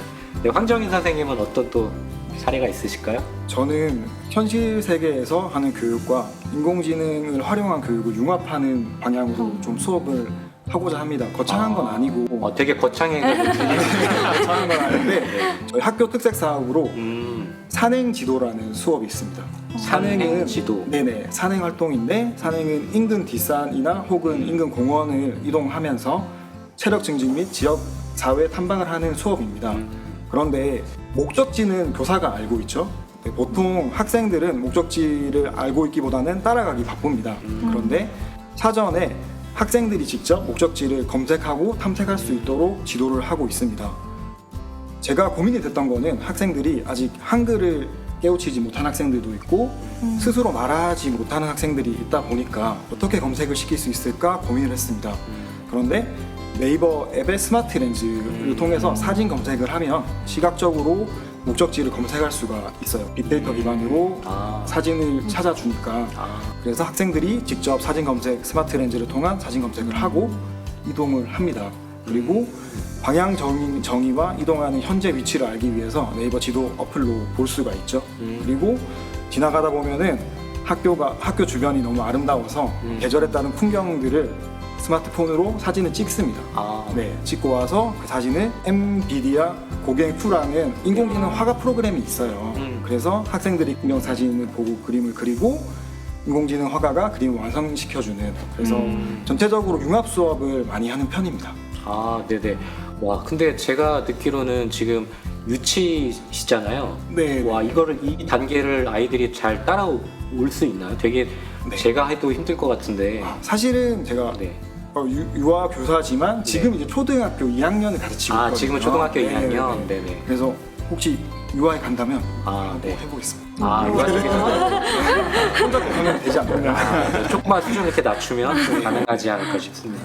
지금 제가 이제 대화를 위해서 이제 조금 검색을 하다 보니까 매년 뭐 지적 장애인이 3.3%씩 늘어나고 있더라고요. 그래서 계속해서 이제 장애인 인구도 늘어나고 있는데, 그러면 이제 관심이 점점 더 많아지실 것 같아요. 그래서 이제 교사라든가 그리고 장애를 가진 학부모님들도 우리 아이의 교육을 어떻게 시작해야 될지, 아니면 어떤 좋은 프로그램을 좀 안내받을 수 있을지, 가이드 받을 수 있을지, 이런 궁금증들이 좀 있을 텐데요. 선생님들께서 이제 현장 경험이 많으시니까, 그래서 이제 그런 궁금해하시는 학부모나 선생님들한테 이렇게 조금 노하우를 좀 얘기해 주시면 좋을 것 같아요. 장애를 가진 친구들에게 소프트웨어 교육을 처음 시작하실 때는 제 개인적인 경험으로는 그 언플러그들을 먼저 활용해 보시는 게 좋을 것 같습니다. 학생들에게 코딩 수업이나 무언가 구조화된 전문적인 수업을 시작하기보다는 조금 더 보드게임이나 학생들이 쉽게 접근할 수 있는 수준으로 접근해 주셨으면 좋겠고요. 또 그 단계 이후로는 이제 귀여운 로봇들을 활용한 피지컬 컴퓨팅 수업들도 좋을 것 같습니다. 그리고 그런 이런 것들을 활동을 하다 보면 이제 학생들의 컴퓨팅 사고력이나 절차적 사고력도 자연스럽게 길러지잖아요. 그 이후에 코딩 교육으로 접근하시는 것도 좋을 것 같습니다. 아, 네네. 안지훈 선생님은 귀여운 거를 되게 좋아하시네요. 귀여운 거 좋아합니다. 그러니까 일단 귀여워야지 로봇도 채택이 되고. 네네. 학생들이 아무래도 두려움을 많이 가지고 있고요. 아, 낯설음에 대한 경계가 심한 편입니다. 그러다 보니 귀여운 것을 적용하는 것이 조금 더 효과적이더라고요. 아, 네. 학부모님들이나 선생님들이 이거는 또 포인트가 될 것 같아요. 진짜 좋은 노하우신 것 같아요. 네네. 그 중간에 언플러그드라고 나왔는데 이수빈 선생님 언플러그드를 아주 짧게만 설명해 주시겠어요? 이거죠? 짧게요. 말 그대로 언플러그드니까 네. 코드가 뽑혀 있다는 의미잖아요. 네네. 그러니까 컴퓨터나 이런 것들을 활용하지 않고도 이제 기본적으로 뭐 종이와 펜만으로도 이렇게 쉽게 배울 수 있는 개념을 말하는데요. 이제 기본적으로 로봇 같은 것들을 이용해서 이제 코딩을 하는 것도 가르치는 것도 언플러그드 코딩에 포함될 수 있고요. 네. 이렇게 활용하다 보면 학생들이 쉽고 재미있게 코딩의 개념에 접할 수 있는 것 같아요. 아, 네네. 그게 언플러그드군요. 네네. 네. 혹시 또 모르시는 또 분들도 계실 것 같고, 저도 좀 낯설기도 해서, 네. 낯설진 않지만. 들으시는 분들을 위해서, 네, 한번 설명을 드렸고요. 네. 자, 그럼 이제 마지막 질문인데요. 우리가 이제 그 장애 학생들한테 갖는 특별한 어떤 뭐 오해가 있거나 편견이 있거나 아니면 좀 이런 인식을 가지고 이런 시각을 가지고 좀 바라봐 줬으면 좋겠다라는 생각들이 아마 있으실 것 같아요. 그래서 선생님부터 짧게 한 말씀씩 부탁드리겠습니다. 그것은 제가 말씀드리고 싶은 게 있는데 제가 지난 여름에 전 굉장히 재밌게 본 드라마가 하나 있습니다. 다들 아실 것 같은데 이상한 변호사 우영우라는 드라마가 있습니다. 드라마의 제목 자체가 이상한이라는 그런 수식어가 들어가는데 긍정적인 의미로 이상한이죠. 그런데 우리는 장애인들과 함께 생활을 하고 살아갈 때 특별함에 대해서 더 초점을 맞출 때가 많습니다. 그 특별함은 부정적인 의미로 차이를 둘 때가 많은데 우리는 장애인에 대해서 너무 특별한 차이를 보다 보니까 우영우라는 사람 자체를 잃어버릴 때가 많습니다. 제가 생각할 때는 사람 그 자체로 같음을 가지고 사람 그 자체로 대해줬으면 더 좋겠다는 생각을 합니다. 그럴 때 그 사람과 함께 시간을 보내는 것과 식사를 하는 것과 모든 시간을 보내는 것이 더 즐거울 거라고 생각을 합니다. 아, 네네네. 그 드라마 저도 본 것 같은데요. 근데 거기에서 이상한이 사실은 긍정적으로 쓰이긴 한 거네요. 네, 그렇긴 했었죠. 네. 아, 네네네. 네, 선생님은 아직 뭐 이런 것도 배워? 라는 말을 간혹 듣는 것 같아요. 근데 사회가 정말 많이 빨리 변하고 있잖아요. 예전에는 지폐를 가지고도 물건을 구입하는 사람들이 많았다면 요즘은 대부분의 구매자들은 카드를 이용하고 있고 키오스크를 이용한 무인 매장도 정말 많이 늘어나고 있다고 생각합니다. 이런 변화하는 사회에서 변화에 민감성이 낮은 우리 아이들은 더 어려울 수밖에 없는 것 같아요. 변화 민감성이 낮기 때문에 아이들이 살아가야 될 사회를 더욱 반영한 교육이 이루어져야 한다고 생각합니다. 아, 네네네. 되게 좋은 말씀 해주신 것 같아요. 변화의 민감성이 낮은 아이들. 네, 근데 이게 사실 그 장애 학생들뿐만이 아니라 일반 학생들도 마찬가지인 거잖아요, 그죠? 네, 그 변화에 민감할 수 있도록 민감할 네. 수 있도록 도와준다. 네. 네, 그렇죠. 키오스크 같은 경우는 사실 어색하시죠? 잘 하시나요? 어색합니다. 되게 어색한 부분들이 많은데요. 네, 그런 것들도 네, 우리도 교육을 받아야 됩니다, 사실. 네, 맞습니다. 네. 안지현 선생님 혹시 네, 키오스크 얘기가 나와서 네. 말인데요. 제가 담임을 했던 친구 중에 한 명 학부모님이 저희 아이는 그 빅맥버거를 좋아한다고 이야기를 하시더라고요. 빅맥버거. 네. 그래서 왜 그런가 봤더니 키오스크를 빅맥버거만 익숙한 거예요. 그래서 빅맥버거만 선택해서 먹더라고요. 그래서 혹시 정말 빅맥버거를 좋아하는 걸까? 아니면 익숙함에 대한 그런 절차일까 생각이 들어서 키오스크를 만들어서 PPT로 네, 맥도날드 사먹기 활동을 해봤었어요. 그랬더니 알고 봤더니 이 친구는 빅맥버거를 좋아하는 게 아니라 모든 햄버거를 좋아하더라고요. 그래서 분명히 장애 학생들에게는 이러한 교육은 기술 기반 교육은 분명히 필요하고요. 제가 소프트웨어 교육을 할 초기 당시만 해도 선생님들이 이렇게 질문하셨어요. 이거 왜 하니? 교육에 효과가 있니? 라고 이야기를 하셨었는데요. 지금은 좀 당당하게 말씀드릴 수 있을 것 같은 게 아이들이 좋아합니다. 그 활동에 적극적으로 참여를 하고요. 행복해하는 것 같아요. 네네네. 즐겁고 행복한 그런 교실. 네, 제가 가보진 않았지만 정말 그럴 것 같아요. 되게 이렇게 가면 귀엽고 즐겁고 행복한 교실일 것 같다는 생각이 저도 듭니다. 우리 마지막으로 이수빈 선생님. 네. 저도 비슷한 이야기인데요. 학생들의 잠재력을 규정짓는 것은 가장 위험한 일이라고 생각을 해요. 그래서 아까 말씀해 주신 것처럼 우리 애들이 이런 걸 할 수 있을까? 그리고 이런 거 못할 것 같은데 이게 무슨 의미가 있어? 이런 말들을 꽤 많이 듣는데요. 저희가 학생들의 잠재력, 그리고 발전 가능성, 그리고 경험해야 하는 권리 등을 저희가 함부로 규정짓기보다는 할 수 있다는 전제 아래에서 어떤 방식으로 접근하면 좋을까, 어떤 방법으로 이렇게 교육을 해야 우리 아이들이 할 수 있을까, 이거에 초점을 맞추면 좋겠다는 생각을 하고 있어요. 네, 이수빈 선생님께서 좋은 말씀 해주신 것 같아요. 권리라는 말씀 해주셨고요. 그래서 학생들 모두가 그런 인공지능 교육, 소프트웨어 교육을 받을 권리가 있다 이런 말씀을 해주셨고요. 근데 제가 이렇게 계속 듣다 보니까 일반 학생이나 장애인 학생이나 모두 동일하게 적용되는 내용인 것 같아요. 그래서 오늘 나눈 이야기들이 전부 장애인 학생만 아니라 정말 일반 학생, 우리 모든 학생들이 다 그런 권리를 누리고 학교에서 즐겁게 수업할 수 있는 그런 기회들이 많아졌으면 좋겠습니다. 네, 오늘 수고 많으셨습니다. 이따가 애프터 세션이 있는데 거기서 만나 뵐까요? 우리 안녕 인사해 보겠습니다. 안녕.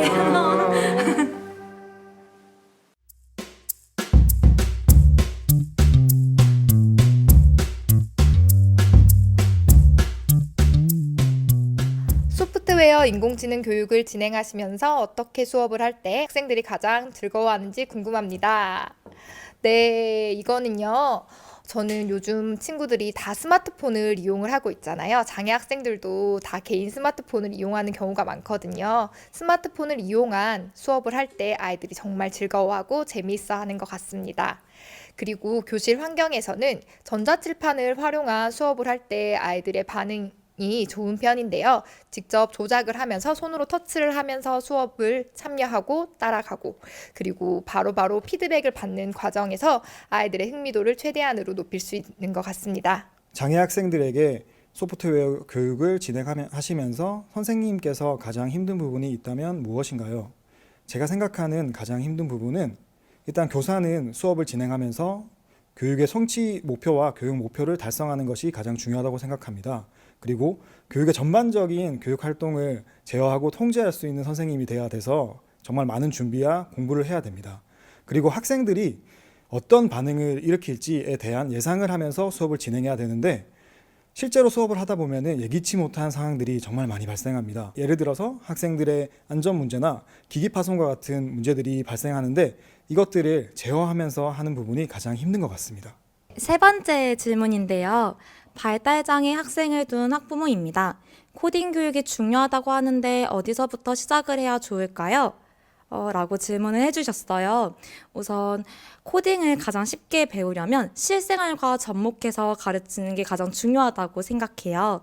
그래서 예를 들면 코딩에서 가장 중요한 개념이 알고리즘인데요.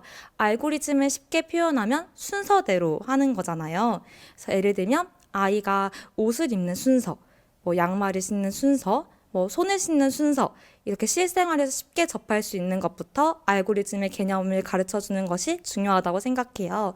그리고 이제 코딩의 개념 자체가 명령어대로 실행하는 것을 말을 하는 건데요. 아이들이 쉽게 코딩을 배울 수 있도록 이제 언플러그드 코딩을 활용해서 다양한 로봇들, 그리고 친숙하게 접할 수 있는 길찾기 코딩 이런 것들을 하게 된다면 놀이처럼 느끼고 재미있게 코딩을 배울 수 있을 것 같아요. 에듀테크라고 해서 다양한 교육 지원 플랫폼 도구들이 많이 개발되고 있는데요. 특수교육 쪽은 좀 어떤가요? 라는 질문입니다. 유니버셜 디자인이라는 개념이 있습니다. 모두가 접근이 가능하도록 하는 베리어 프리의 개념인데요.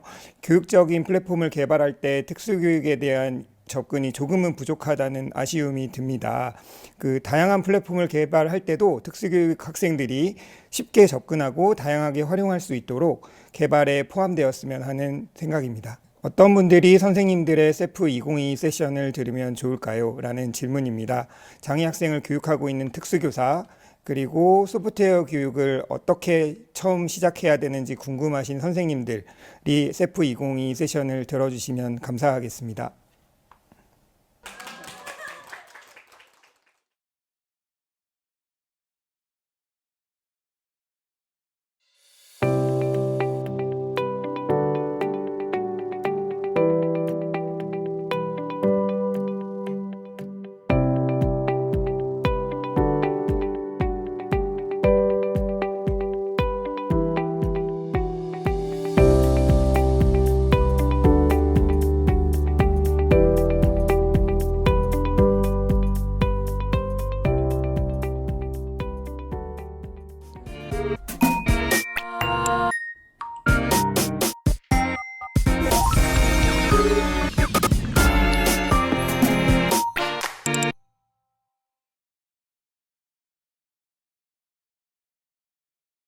Annyeonghaseyo.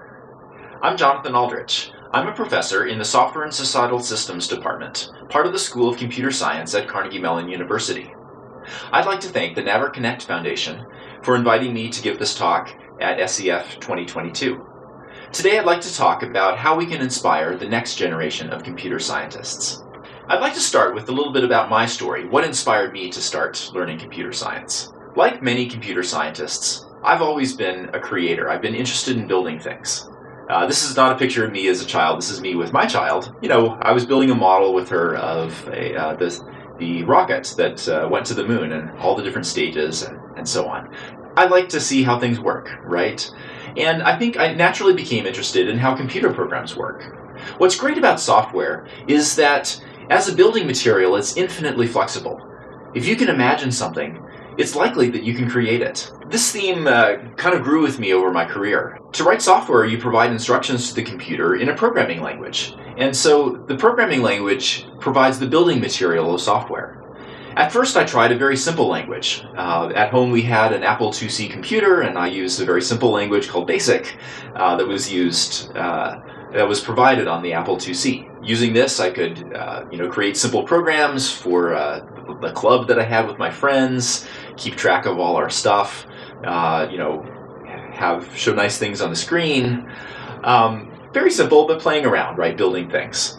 Later in school, I learned a language that had more structure, Pascal. And I learned, that Pascal has sets and if statements and functions and all this structure, right, that really could let you build more professional things and build complicated things and rich things out of simple things.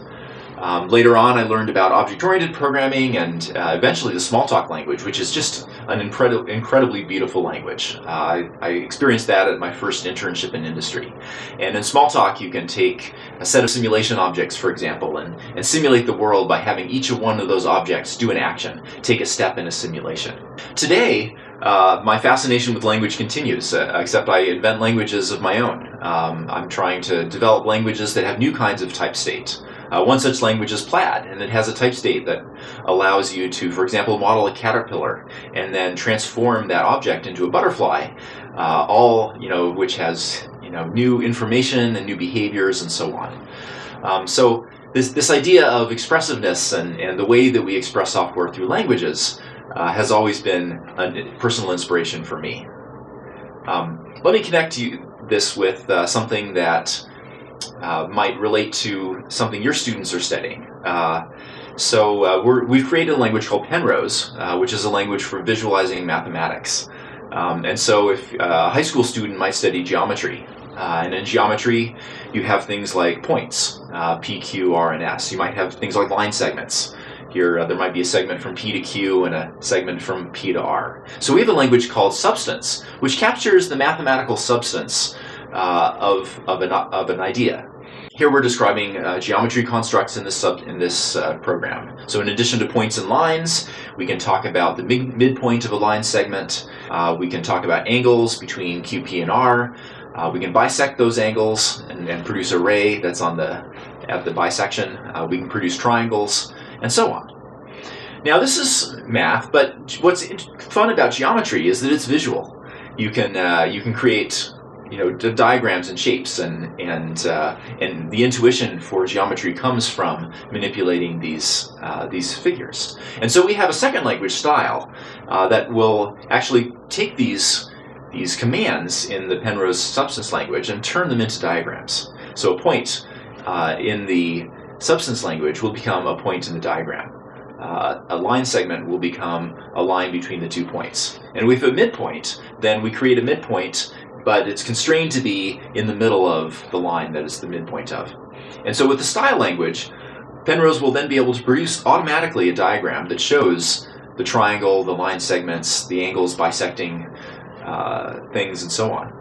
And if we want to show several, we can show several different instances of this with, perhaps an isosceles triangle or different forms, right? But we can also explore different kinds of geometries. So a single set of mathematical ideas could be visualized in different ways. What if we're on the surface of the Earth? Then a line actually curves around the sphere of the Earth, and we have actually a different style for visualizing geometry in spherical dimensions. You can also get hyperbolic geometry using a different style file.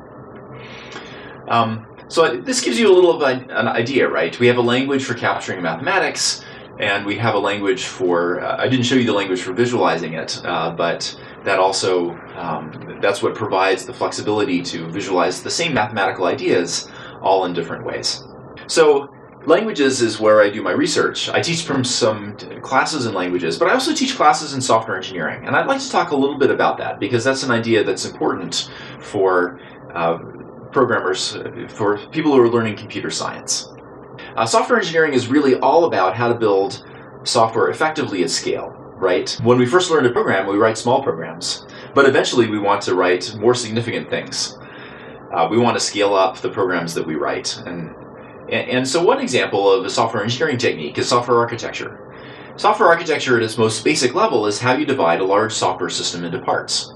So for example, consider a compiler. A compiler is a program that takes the program you write and transforms it into machine code so that the computer can run it. Compilers typically have 3 or more parts, but 3 of the critical parts are a scanner, which reads the program text that you write, 1 word or 1 symbol at a time, a parser, which takes that stream of symbols or words and organizes them into a data structure that reflects the structure of the program, and then the code generator, which takes that data structure and outputs machine code. So if you understand the structure of this compiler as being made up of those 3 parts, then you can understand how to build it better. And moreover, this architecture is important because we can have different teams of people working on different parts of the program. I can work on the scanner while you work on the parser, and one of our friends works on the code generator. And by working all 3 at once, we can get more done. And we can do that as long as we understand the connections between those pieces of the compiler. Furthermore, we can test the different parts of the compiler separately. I developed a language that had a more interesting scanner than most languages, and it was tricky to debug because it was more complicated. But by isolating it, I could test that scanner independently of the rest of the language and get it to be right. So testing the little pieces of a software system can be easier and more effective for many purposes than testing the whole program. You do have to do both, but you can find those bugs faster by testing individually. We can also make improvements to different parts of the program independently, right? So if someone wants to develop more optimized code in the code generator and someone else works on making the parser faster, they can work independently. So these are all important ideas about how to scale up from someone developing a small piece of software all by themselves to a team of people building larger software systems. Now, students can't always build large systems in their classes because there isn't time. But we can talk with them about design concepts, architecture, and modularity so that as they grow, they have those ideas and they can more effectively deal with large-scale systems when it's time to do so. Another thing that we've done in some of our classes is have students contribute to larger projects. For example, find an open source software project. Find a bug or a feature request, something small, something the right size for a student, and have them go and implement a fix for the bug, an enhancement, and make a pull request, and get the team to incorporate that idea into their software. So that's a way where students can do a small piece of programming, but have an impact on a larger system, and start to understand what it is to work in the scale at a larger scale. Another important software engineering idea is the idea of analysis. My students here at Jasmine worked a lot on analysis. Analysis is studying software as well as software development processes to identify and address problems, to make the software better, and also to make the process by which we develop that software better. So one thing Sierra did was she studied program analysis, and she went during an internship and applied some ideas from her program analysis at eBay, the retailing site. She integrated FindBugs into eBay's process to find bugs and in general improve their software. So they made a number of improvements based on this. One example was database queries, where the front end of the program was asking the database for information, but then it wasn't using it. And so this placed a load on the servers, on the database servers, that really was not necessary. So FindBugs could find some of those unused query information, and then by removing those queries, we could save eBay a lot of load on their servers. So Sierra moved on. She graduated, and now she analyzes engineering processes at Google. And she still publishes research on software engineering. In fact, there was a recent paper she wrote on predicting software developers' productivity. What was interesting is some of the major factors that her team identified were actually non-technical. Things like, are you enthusiastic about your job? Do your peers support the new ideas that you want to pursue? Do you get useful feedback from your manager on job performance? What kind of variety do you have in terms of the tasks that you do? And here's one that's kind of ironic, the ability to work remotely when you need to. Interestingly, this paper was from 2019, and we all worked a lot remotely shortly after the paper was published. Now, these are interesting for kind of understanding how to make people more productive on the job, but they're also interesting for teaching, because a lot of these ideas can also make students learn more effectively. The equivalent of job enthusiasm is communicating enthusiasm for the subject, right? Getting students interested in learning about computing. Building an environment in your classroom where peers support each other, right? Working in pairs, helping each other solve problems. Of course, our job as teachers is to provide good feedback to students about how they're doing, and they can learn faster if we give them feedback on that. Task variety, obviously students like to do different kinds of things. Working remotely is maybe something we've all done too much of recently, but certainly having some flexibility can also be a good thing.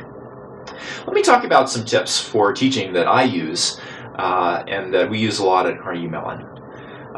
One of the most important ones is engaging students actively. As teachers, or perhaps parents who are teaching your kids, we often show our students things. But if we can engage their minds in a deeper way, they will learn better. Right? So one thing that I do every day that I teach, I bring a worksheet into the class with one or more exercises. I stop after presenting some ideas, and I have students fill them out in the middle of class. Then we go ahead and we talk about the answers before we go on. Let's illustrate.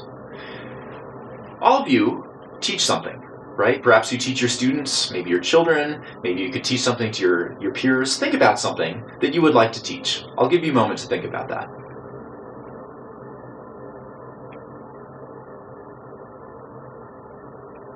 Okay, hopefully you have an idea of something you might want to teach to a friend or to a student or your children.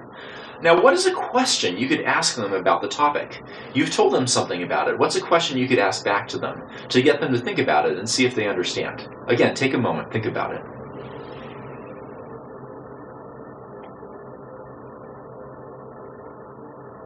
All right, do you have your question? Okay, so we're doing this right now, right? If you were in my class, I'd have you write down that question. I'd have you share your answer with other people in our seminar here before we go on to the next slide. Okay, so this is a way that you can get students to think about what they're doing and reflect on it and maybe put it into practice. Give them a little problem to solve, and they'll learn better. They'll remember what you said. Another idea that I think is very important in computer science is getting practice for fluency. Learning to program is a lot like learning a language. You have to practice a lot until you're fluent and can talk and communicate effectively. So what I find it's important is to have students practice the most basic concept many times. Of course, you don't want to be repetitive. You want to use that concept in different settings every time. But the idea is that as students practice, the basics become easy, and then students can build on them and use them in a very fluid way when they're learning higher level material. A third tip is frequent feedback. Right? Find ways to create opportunities to interact with your students, with your children, so that you can give them feedback.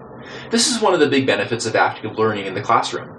There are more chances for you to find students, see what's going on, adapt your teaching to them, correct student misconceptions that might crop up. You can do this with them in your class. You can do it in office hours. Your teaching assistants can work with them if you're in a university setting.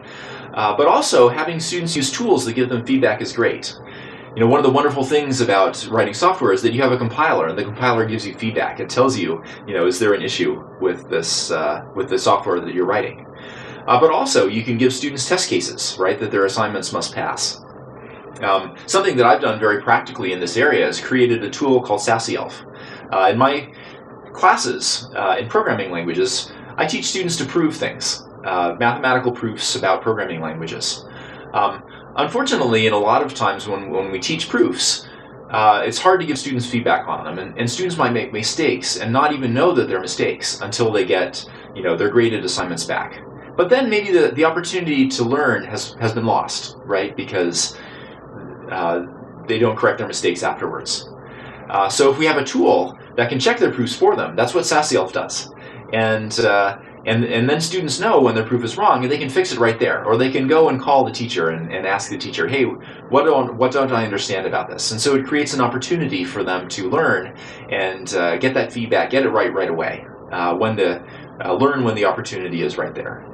I talked about inspiration earlier, and I'd like to share 3 stories of inspiration. The first was by someone I'll call Ivy, not her real name, because this is a story from very early in her computer science experience. I was a teaching assistant in graduate school, and in the class, the final project was building an exploration game. Ivy went well beyond the requirements and created a whole story where a knight rescues a princess and there's a celebration at the end. I don't have a screenshot, unfortunately, because this was 20 years ago, but I've created these minifigures for your imagination. So Ivy's project wasn't the most complex one in the class, but it did show enthusiasm and creativity and hard work.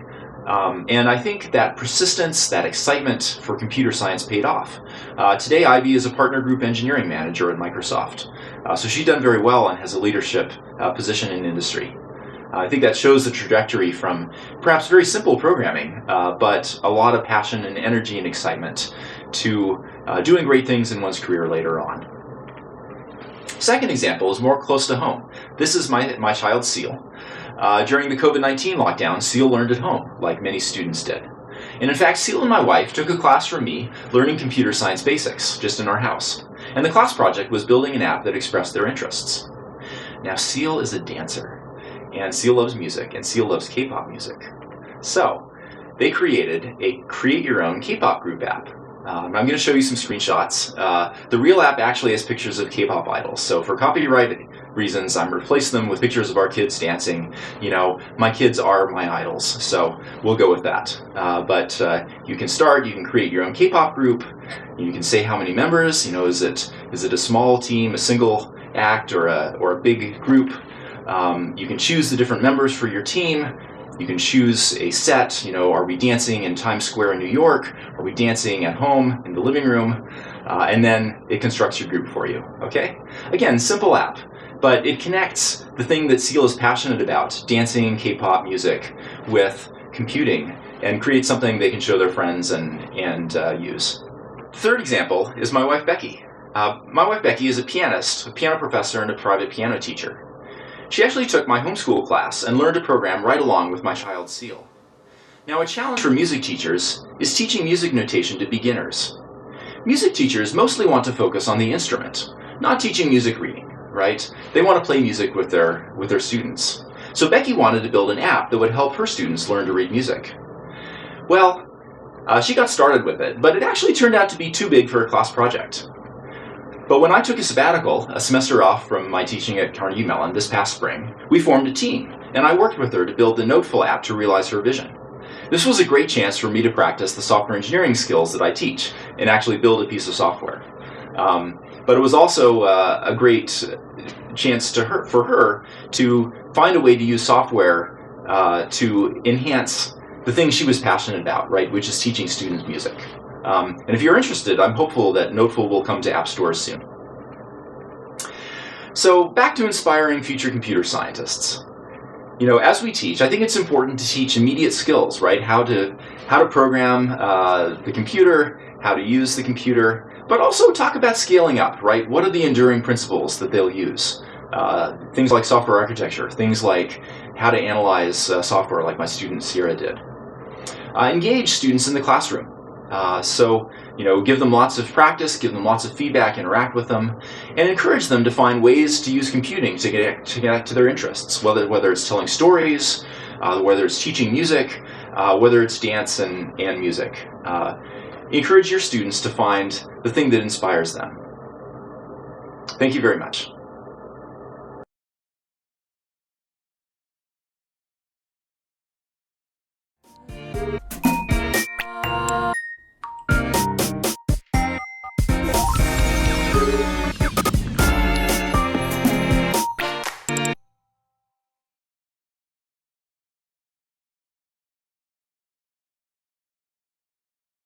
안녕하세요. 서울교육대학교 컴퓨터교육과 김갑수 교수입니다. 제가 오늘 강연을 할 주제는 왜 초등학생부터, 즉 왜 초등학교에서 소프트웨어 교육을 해야 하는가에 대한 주제로 강연을 하도록 해보겠습니다. 주제는 왜 소프트웨어인가 라는 것하고 두 번째는 왜 초등학교부터 소프트웨어 교육을 해야 되는가, 세 번째는 다른 나라에서는 어떻게 하는가를 간단히 보고 네 번째는 그러면 우리는 어떻게 해야 될 것인가, 마지막으로 그 결론 및 논의 사항을 제가 간단히 설명하고자 합니다. 우리가 왜 소프트웨어를 해야 되는가, 제가 소프트웨어를 해야 되는 것을 주장하는 것을 논의하는 것보다 여러분들이 잘 알고 있는 스티브 잡스가 한 말이 더 유명하겠죠. 스티브 잡스가 이 나라에 있는, 즉 미국에 있는 모든 사람, everybody, 모든 사람들은 컴퓨터 프로그램을 배워야 된다라고 했습니다. 초등학생이 아니라 미국에 있는 모든 사람이 컴퓨터 프로그램을 배워야 된다. 왜 배워야 되는가라고 하면은 컴퓨터 프로그램은 생각하는 방법을 가르치기 때문에 소프트웨어 프로그램을 배워야 된다. 즉 컴퓨터 프로그램을 배워야 된다라는 겁니다. 즉 생각하는 방법을 가르친다라는 것입니다. 그 이야기는 소프트웨어는 생각하는 것을 만들 수 있다라는 것이 될 겁니다. 그죠? 소프트웨어에서 되게 중요한 게 뭐냐면 생각하는 것을 만들 수 있다. 또는 다르게 생각할 수 있다라는 것입니다. 자, 그러면은 어린 시절에 왜 소프트웨어를 배워야 되느냐? 왜 체험을 해야 되느냐? 되게 중요합니다. 그죠? 우리가 초등학교 때 학생들을 데리고 체험 활동을 많이 갑니다. 체험을 하면 할수록 흥미도가 있는 것을 알 수가 있습니다. 흥미가 직업이 되는 것. 엘빈 토플러가 미래의 최고의 직업이 흥미가 직업이 되는 겁니다. 흥미를 느끼기 위해서 체험을 많이 하게 해줘야 될 거다라는 겁니다. 그래서 어린 시절에 소프트웨어를 많이 경험하게 해주는 것, 이게 무엇보다 중요하겠습니다. 과학자가 되기 위해서 과학 전시관에 가서 많은 체험을 하듯이 우리 소프트웨어는 우리 주변에 널려져 있습니다. 멀리 가지 않고도 부모님과 같이 체험해 볼 수 있는 많은 기회가 있습니다.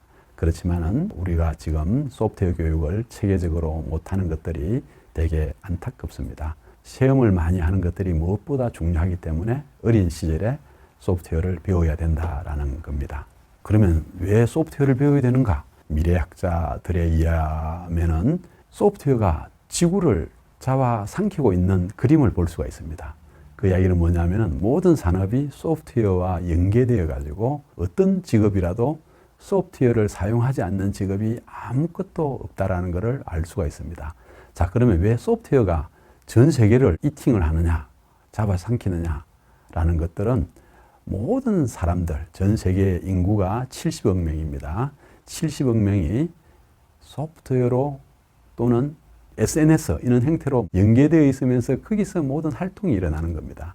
그래서 거기서 활동이 일어나고 모든 산업들이 발전하기 때문에 소프트웨어하고 연계되어 있는 산업은 발전하고 있고 소프트웨어하고 연계되지 않는 산업은 퇴보하고 있는 겁니다. 모든 직업은 소프트웨어하고 연계되어 있다고 볼 수가 있겠습니다. 어떤 한 직업에 있어서 좋은 제품을 기획하기 위해서 소프트웨어도 필요합니다. 그 기획한 상품을 만들기 위해서 소프트웨어도 필요합니다. 그 만든 상품을 판매하기 위해서 소프트웨어가 필요합니다. 이런 것처럼 특정 제품, 특정 산업에 소프트웨어가 관련되어 있지 않는 부분이 없습니다. 그렇기 때문에 우리는 어린 시절부터 소프트웨어를 배워보는 것, 체험해보는 것, 이것들이 되게 중요합니다. 그러면은 정보, 소프트웨어 분야와 과학 분야, 수학 분야, 인문사회 분야 이런 것들은 과연 어떤 역할을 하는가를 볼 수가 있겠습니다. 지금 4차 산업혁명이라고 이야기하면서 모든 산업이 연계되어 있습니다. 각종 센서를 통해 가지고 연계되어 있는데 제가 보니까 정보 분야는 소프트웨어 산업을 발전시키고 아이디어가 만들 수 있는 제조 공장이 되는 겁니다. 자, 수학은 아이디어, 수식만 만들어냅니다. 그죠? 정보는 수식을 가지고 제품까지 만들어냈는데, 그래서 수학은 소프트웨어 산업이라고 볼 수가 있겠습니다. 자, 그럼 우리 과학 분야는 하드웨어 산업을 발전시킨다라고 볼 수가 있겠습니다. 하드웨어는 좋은 아이디어가 있고 그 아이디어를 가지고 간단한 모형물을 만듭니다. 모형물을 만들지만은 내가 생각하는 좋은 새로운 마우스를 하나를 생각한다고 가정을 하면은 그 마우스에 대한 모형은 만들 수가 있는데 그 마우스를 판매하려고 하면은 공장을 만들어야 되는데 그러기 위해서 자본이라는 게 필요하게 됩니다. 그죠? 자본이라는 게 돈이 많이 필요하다는 겁니다. 그죠? 돈이 많이 필요한 이게 이제 하드웨어 산업일 것 같습니다. 그래서 소프트웨어는 아이디어가 곧 생산, 제조까지 할 수 있는 무궁무진한 산업이다라는 겁니다. 자, 그러면 소프트웨어는 결국 사람이 쓰는 거고 사람의 스토리텔링을 하는 겁니다.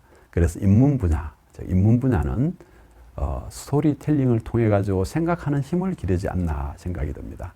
제가 생각하는 소프트웨어는 과학 분야, 수학 분야, 인문 사회를 통틀어서 하나의 제품을 만들 수 있는 능력을 갖는 것이다라는 겁니다. 자, 그러면은 소프트웨어가 필요한 것을 아는데 왜 소프트웨어 교육인가를 2016년도 세계 경제 포럼에 가보니까 꼭 알아야 될 리터러시 해서 네 번째 리터러시를 ICT 리터러시라고 하고 있습니다. 물론 여러 가지 능력도 갖춰야 되고 개인의 특성도 많이 갖춰야 되지만은 기본적으로 초등학교부터 체계적으로 배워야 될 리터러시가 숫자를 다루는 수에 대한 리터러시, 문자로 다루는 글자에 대한 리터러시, 과학적 탐구력을 가리키는 이런 과학적 탐구 리터러시, 네 번째로 ICT 리터러시를 찍고 있습니다. 세계 경제 포럼에서 소프트웨어 교육은 매우 중요하다는 것을 강조하고 있습니다.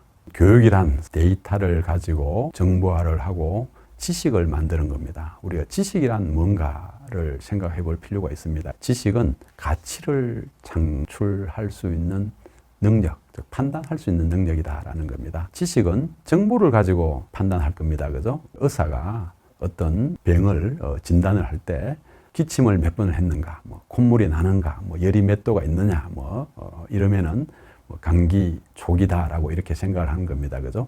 의사가 이런 정보를 캐어가지고 이런 감기 초기다라고 이렇게 판단하는 것, 가치를 판단하는 것, 이런 것들이 지식입니다. 우리 학교에서 주로 문제풀이 하는 것들이 지식 축적을 하는 과정입니다. 자, 그러면은 우리가 데이터는 뭔가라는 거는 정보를 캐기 위한 그 숫자나 문자 그 자체를 보통 데이터라고 하는 겁니다.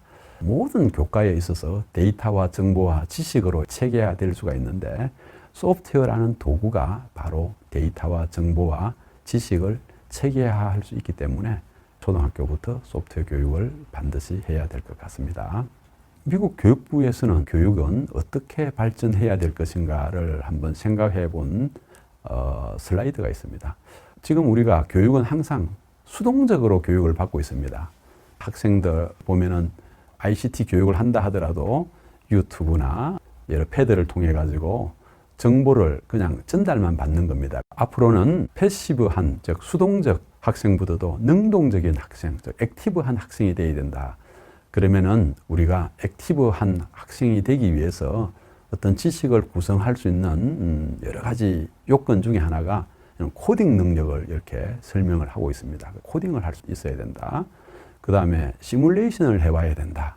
내가 모의 실험을 해봐야 된다든지 또는 매체에 등록을 해보아야 된다. 즉 매체하고 관계를 맺어야 된다든지 또는 전문가들하고 토론도 할 수 있어야 된다라는 거, 또는 글로벌하고 연계를 해야 된다든지 또는 설계 능력이 있어야 된다든지 또는 혼자 공부를 잘하는 게 아니라 어떤 페어, 동료들하고 같이 협동할 수 있는 이런 능력, 이렇게 7개의 능력을 갖춘 이런 능동적인 학생을 길러야 된다라는 겁니다. 자, 이런 것들이 꼭 필요하기 때문에 소프트웨어 교육을 초등학교부터 해야 될 것이라고 생각합니다.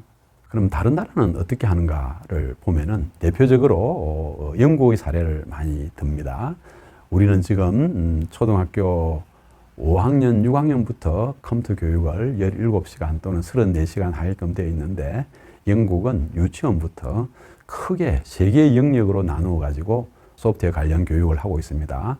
첫 번째 교육이 컴퓨터 사이언스 영역을 나누어 가지고 유치원부터 체계적으로 코딩은 어떤 거다, 뭐 디버깅을 할 수 있나 없나, 또는 중학생 가면은 2개 이상의 랭귀지를 가르쳐야 된다든지 이런 것들을 가르치고 있습니다. 그와 더불어 디지털 리터러시라고 해가지고 디지털 도구를 잘 쓸 수 있는 거, 이런 영역이 또 있어가지고 가르치고 있습니다. 또한 인포메이션 테크놀로지라는 영역이 있어가지고 모든 분야가 기술하고 연계되어가지고 가르치는 크게 3개의 영역으로 나누어서 체계적으로 가르치고 있습니다. 자, 그럼 미국하고 독일, 우리 독일의 경우는 잘 없는데 제가 여러 자료를 한번 찾아봤습니다. 독일의 경우에는 조금 전통적인 컴퓨터 사이언스 영역에 맞추어 가지고 교육을 하고 있는 것입니다. 이런 알고리즘이나 뭐 이런 커뮤니케이션이나 또는 인포메틱스라든지 뭐 이런 영역을 기본으로 하고 있습니다. 미국에서는 ACM이라는 미국의 컴퓨터 큰 학회입니다. 거기서 티처들이 모여가지고, 즉 교사들이 모인 연구회에서 초등학교 1학년 즉 또는 유치원부터 체계적으로 가르쳐야 될 구조 영역을 6개의 영역으로 나누어 가지고 컴퓨팅이라는 것을 가르치고 있는 것을 제안하고 있습니다. 또한 ISTE라는 주로 교육공학 하는 분들이 많이 모여 있는 단체인데, 이 단체에서도 컴퓨터 교육을 체계적으로 해야 된다라는 틀을 제안을 하고 있습니다. 미국의 경우에는 물론 교육 과정을 제한할 뿐이고 각 주 정부나 각 학군 단위로 치사 선택해서 쓰고 있는 형태입니다.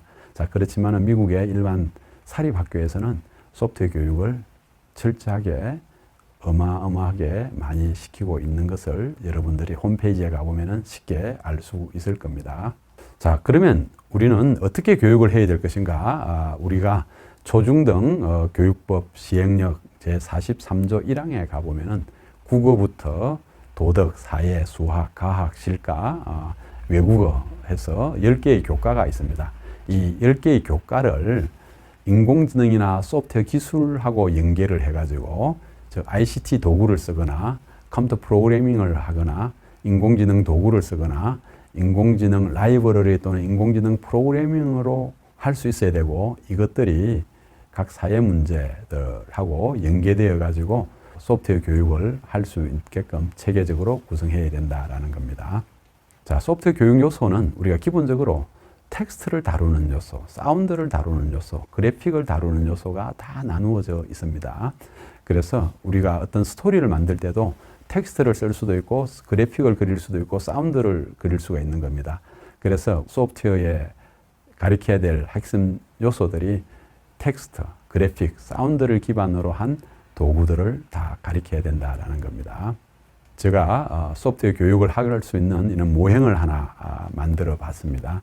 우리는 각 교과에서 데이터 유형을 찾아내야 될 거다라는 겁니다. 숫자나 문자열이나 이미지나 사운드나 동영상 이거를 기반으로 해서 컴퓨팅 도구를 써서 프로그래밍을 해야 되는데, 사례를 갖고 간 것들이 여러분들이 초등학교 5학년 때 배우는 약수를 구한다라고 하는 단원이 있습니다. 그죠? 우리는 약수를 구한다라고 하면은 컴퓨터는 사실은 약수의 정의만 알면 약수를 구할 수가 있는데, 우리는 10의 약수를 구해라라고 하면은 1 나누고 2 나누고 3 나누고 이렇게 해가지고 10까지 나누어 봐가지고 나누어지면은 떨어지면은 그게 약수가 되는 겁니다. 그죠?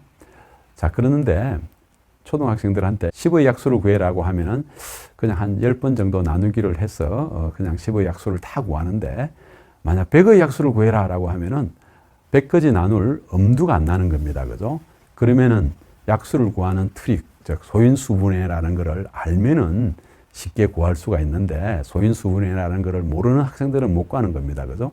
자, 컴퓨터는 10의 약수를 구하나 100의 약수를 구하나 만의 약수를 구하나 10만의 약수를 구하나 똑같은 알고리즘으로 표현만 하면은 바로 구할 수 있는 이런 특징이 있습니다. 그래서 이는 엔트리나 스크래치를 가지고 간단히 약수 찾는 알고리즘을 바로 만들 수도 있고, 또는 파이썬 언어를 가지고도 만들 수도 있고, 또는 엑셀에 시트를 가지고 쭉 드래그만 해도 만들 수 있는 이런 특징이 있습니다. 그래서 각 교과와 융합된 소프트웨어 교육을 반드시 해야 될 거다라는 겁니다. 자, 그러면 우리가 코딩 이런 이야기를 많이 들었는데, 사실은 코드를 만드는 거는 어떻게 보면 규칙, 법칙을 만드는 겁니다. 프로그램이란 무엇인가, 코딩이란 무엇인가, 제가 앞에 플랫폼이란 이런 이야기를 많이 했는데, 실제 코드 뜻을 보면은 법전에서도 코드입니다. 그죠? 그러니까 어떤 규칙을 만드는 겁니다. 규칙을 만드는데, 우리 학부모님 여러분들 집에 가훈이 있습니다. 그죠? 그 가훈은 우리 가족 구성원의 법칙, 규칙입니다. 또는 학부모님들이 여러분 자녀들의 행동하는 법칙, 규칙 이런 것들을 집에서 만들 수가 있습니다. 그죠? 집에서 규칙, 법칙을 만드는 거, 이런 것들이 그 집에 관련되어 있는 사람들이 지켜야 될 규정, 이게 프로그램입니다. 그죠? 우리가 어디 놀러 갈 때도 프로그램 짠다라고 이야기를 합니다. 이때 몇 시에 기상하고, 또 몇 시에 차를 타고, 몇 시에는 뭐 우리 자녀들은 놀고, 뭐 아빠는 뭐 고기를 굽는다든지, 그러면 이제 아버지, 엄마, 뭐 자녀에 따라 가지고 서로 다른 행동을 만들 수도 있고, 또는 같이 행동을 해야 되고, 이런 규칙, 법칙을 만드는 겁니다. 그럼 우리나라 헌법, 우리나라 데이터라고 하면은, 우리나라 전 인구가 지금 한 5천만 명이라고 하면은 5천만 명이 살아가야 될 규칙을 만드는 겁니다. 이게 프로그램이 별 것이 아니라, 당장 소프트웨어가 없어도, 즉 연결 안 되더라도 어떤 규칙을 만들어 보는 습성, 이런 거를 갖는 것들이 바로 프로그래밍 교육이라고 볼 수가 있습니다. 그래서 규칙을 많이 만들고 거기서 행동에 어긋나는 것을 찾아보고, 뭐 이런 것들이 에러를 찾는 겁니다. 그죠? 자, 그런 것들이 바로 프로그램이고, 생활 속에서 항상 이런 프로그래밍 교육을 할 수 있다라는 것입니다. 소프트웨어 교육은 많이 하면 할수록 좋다. 모든 교육이 마찬가지입니다. 그죠? 많이 하면 할수록 좋다라고. 그래서 초등학교부터 소프트웨어 교육을 많이 하면 좋겠습니다. 컴퓨팅과 인공지능이 하두입니다. 그죠? 컴퓨팅과 인공지능이 하두면서 여기에 필요한 디지털 도구나 프로그래밍이나 인공지능 도구나 인공지능 프로그래밍을 우리가 언어 영역, 국어나 영어나 기타 다른 랭귀지들에 적용시켜 볼 수도 있고, 수학이나 과학이나 공학 영역에도 적용시켜 볼 수도 있고, 사회 영역에도 적용시켜 볼 수도 있고, 음악이나 미술이나 체육 영역에서도 다 적용해 볼 수가 있습니다. 그래서 소프트웨어 교육은 모든 교과하고 연계되고, 또는 체계적으로 배우는 영역과 더불어 많이 하면 할수록 좋고, 또한 많은 경험을 가져야 좋은 소프트웨어를 만들 수가 있습니다. 예, 감사합니다.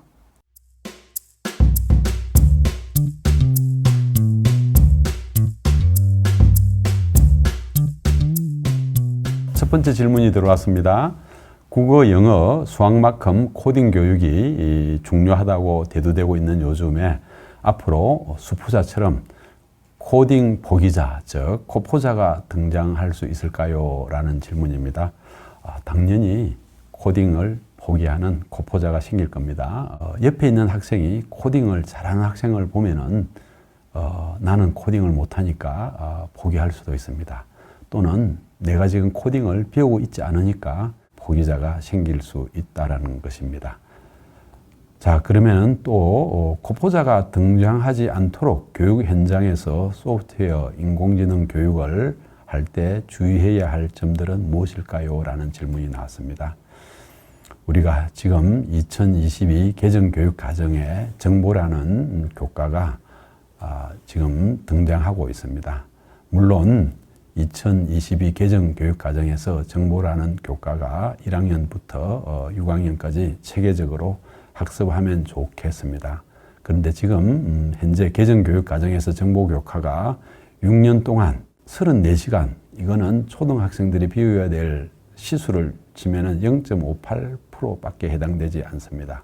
인공지능이 또는 소프트웨어가 충분한 수업 시수가 확보되지 않는 상황에서 각 교과에서 이런 도구들을 많이 활용하면 좋겠습니다. 선생님들도 소프트웨어, 인공지능을 배워야 하는 상황이 된 것 같아요. 소프트웨어나 인공지능을 공부하는 선생님들은 어떤 방법으로 공부를 시작하면 좋을까요? 라는 질문이 들어왔습니다. 물론 초등학교 선생님들은 각 교과에서 소프트웨어와 인공지능 도구를 많이 활용하게 하는 게 중요한 겁니다. 또한 정보교과에서는 코딩에 대한 기본 원리를 선생님들이 배워야 되겠죠. 특히 초등학교 선생님들은 저는 코딩에 대한 기본 원리를 배워야 될 것 같습니다.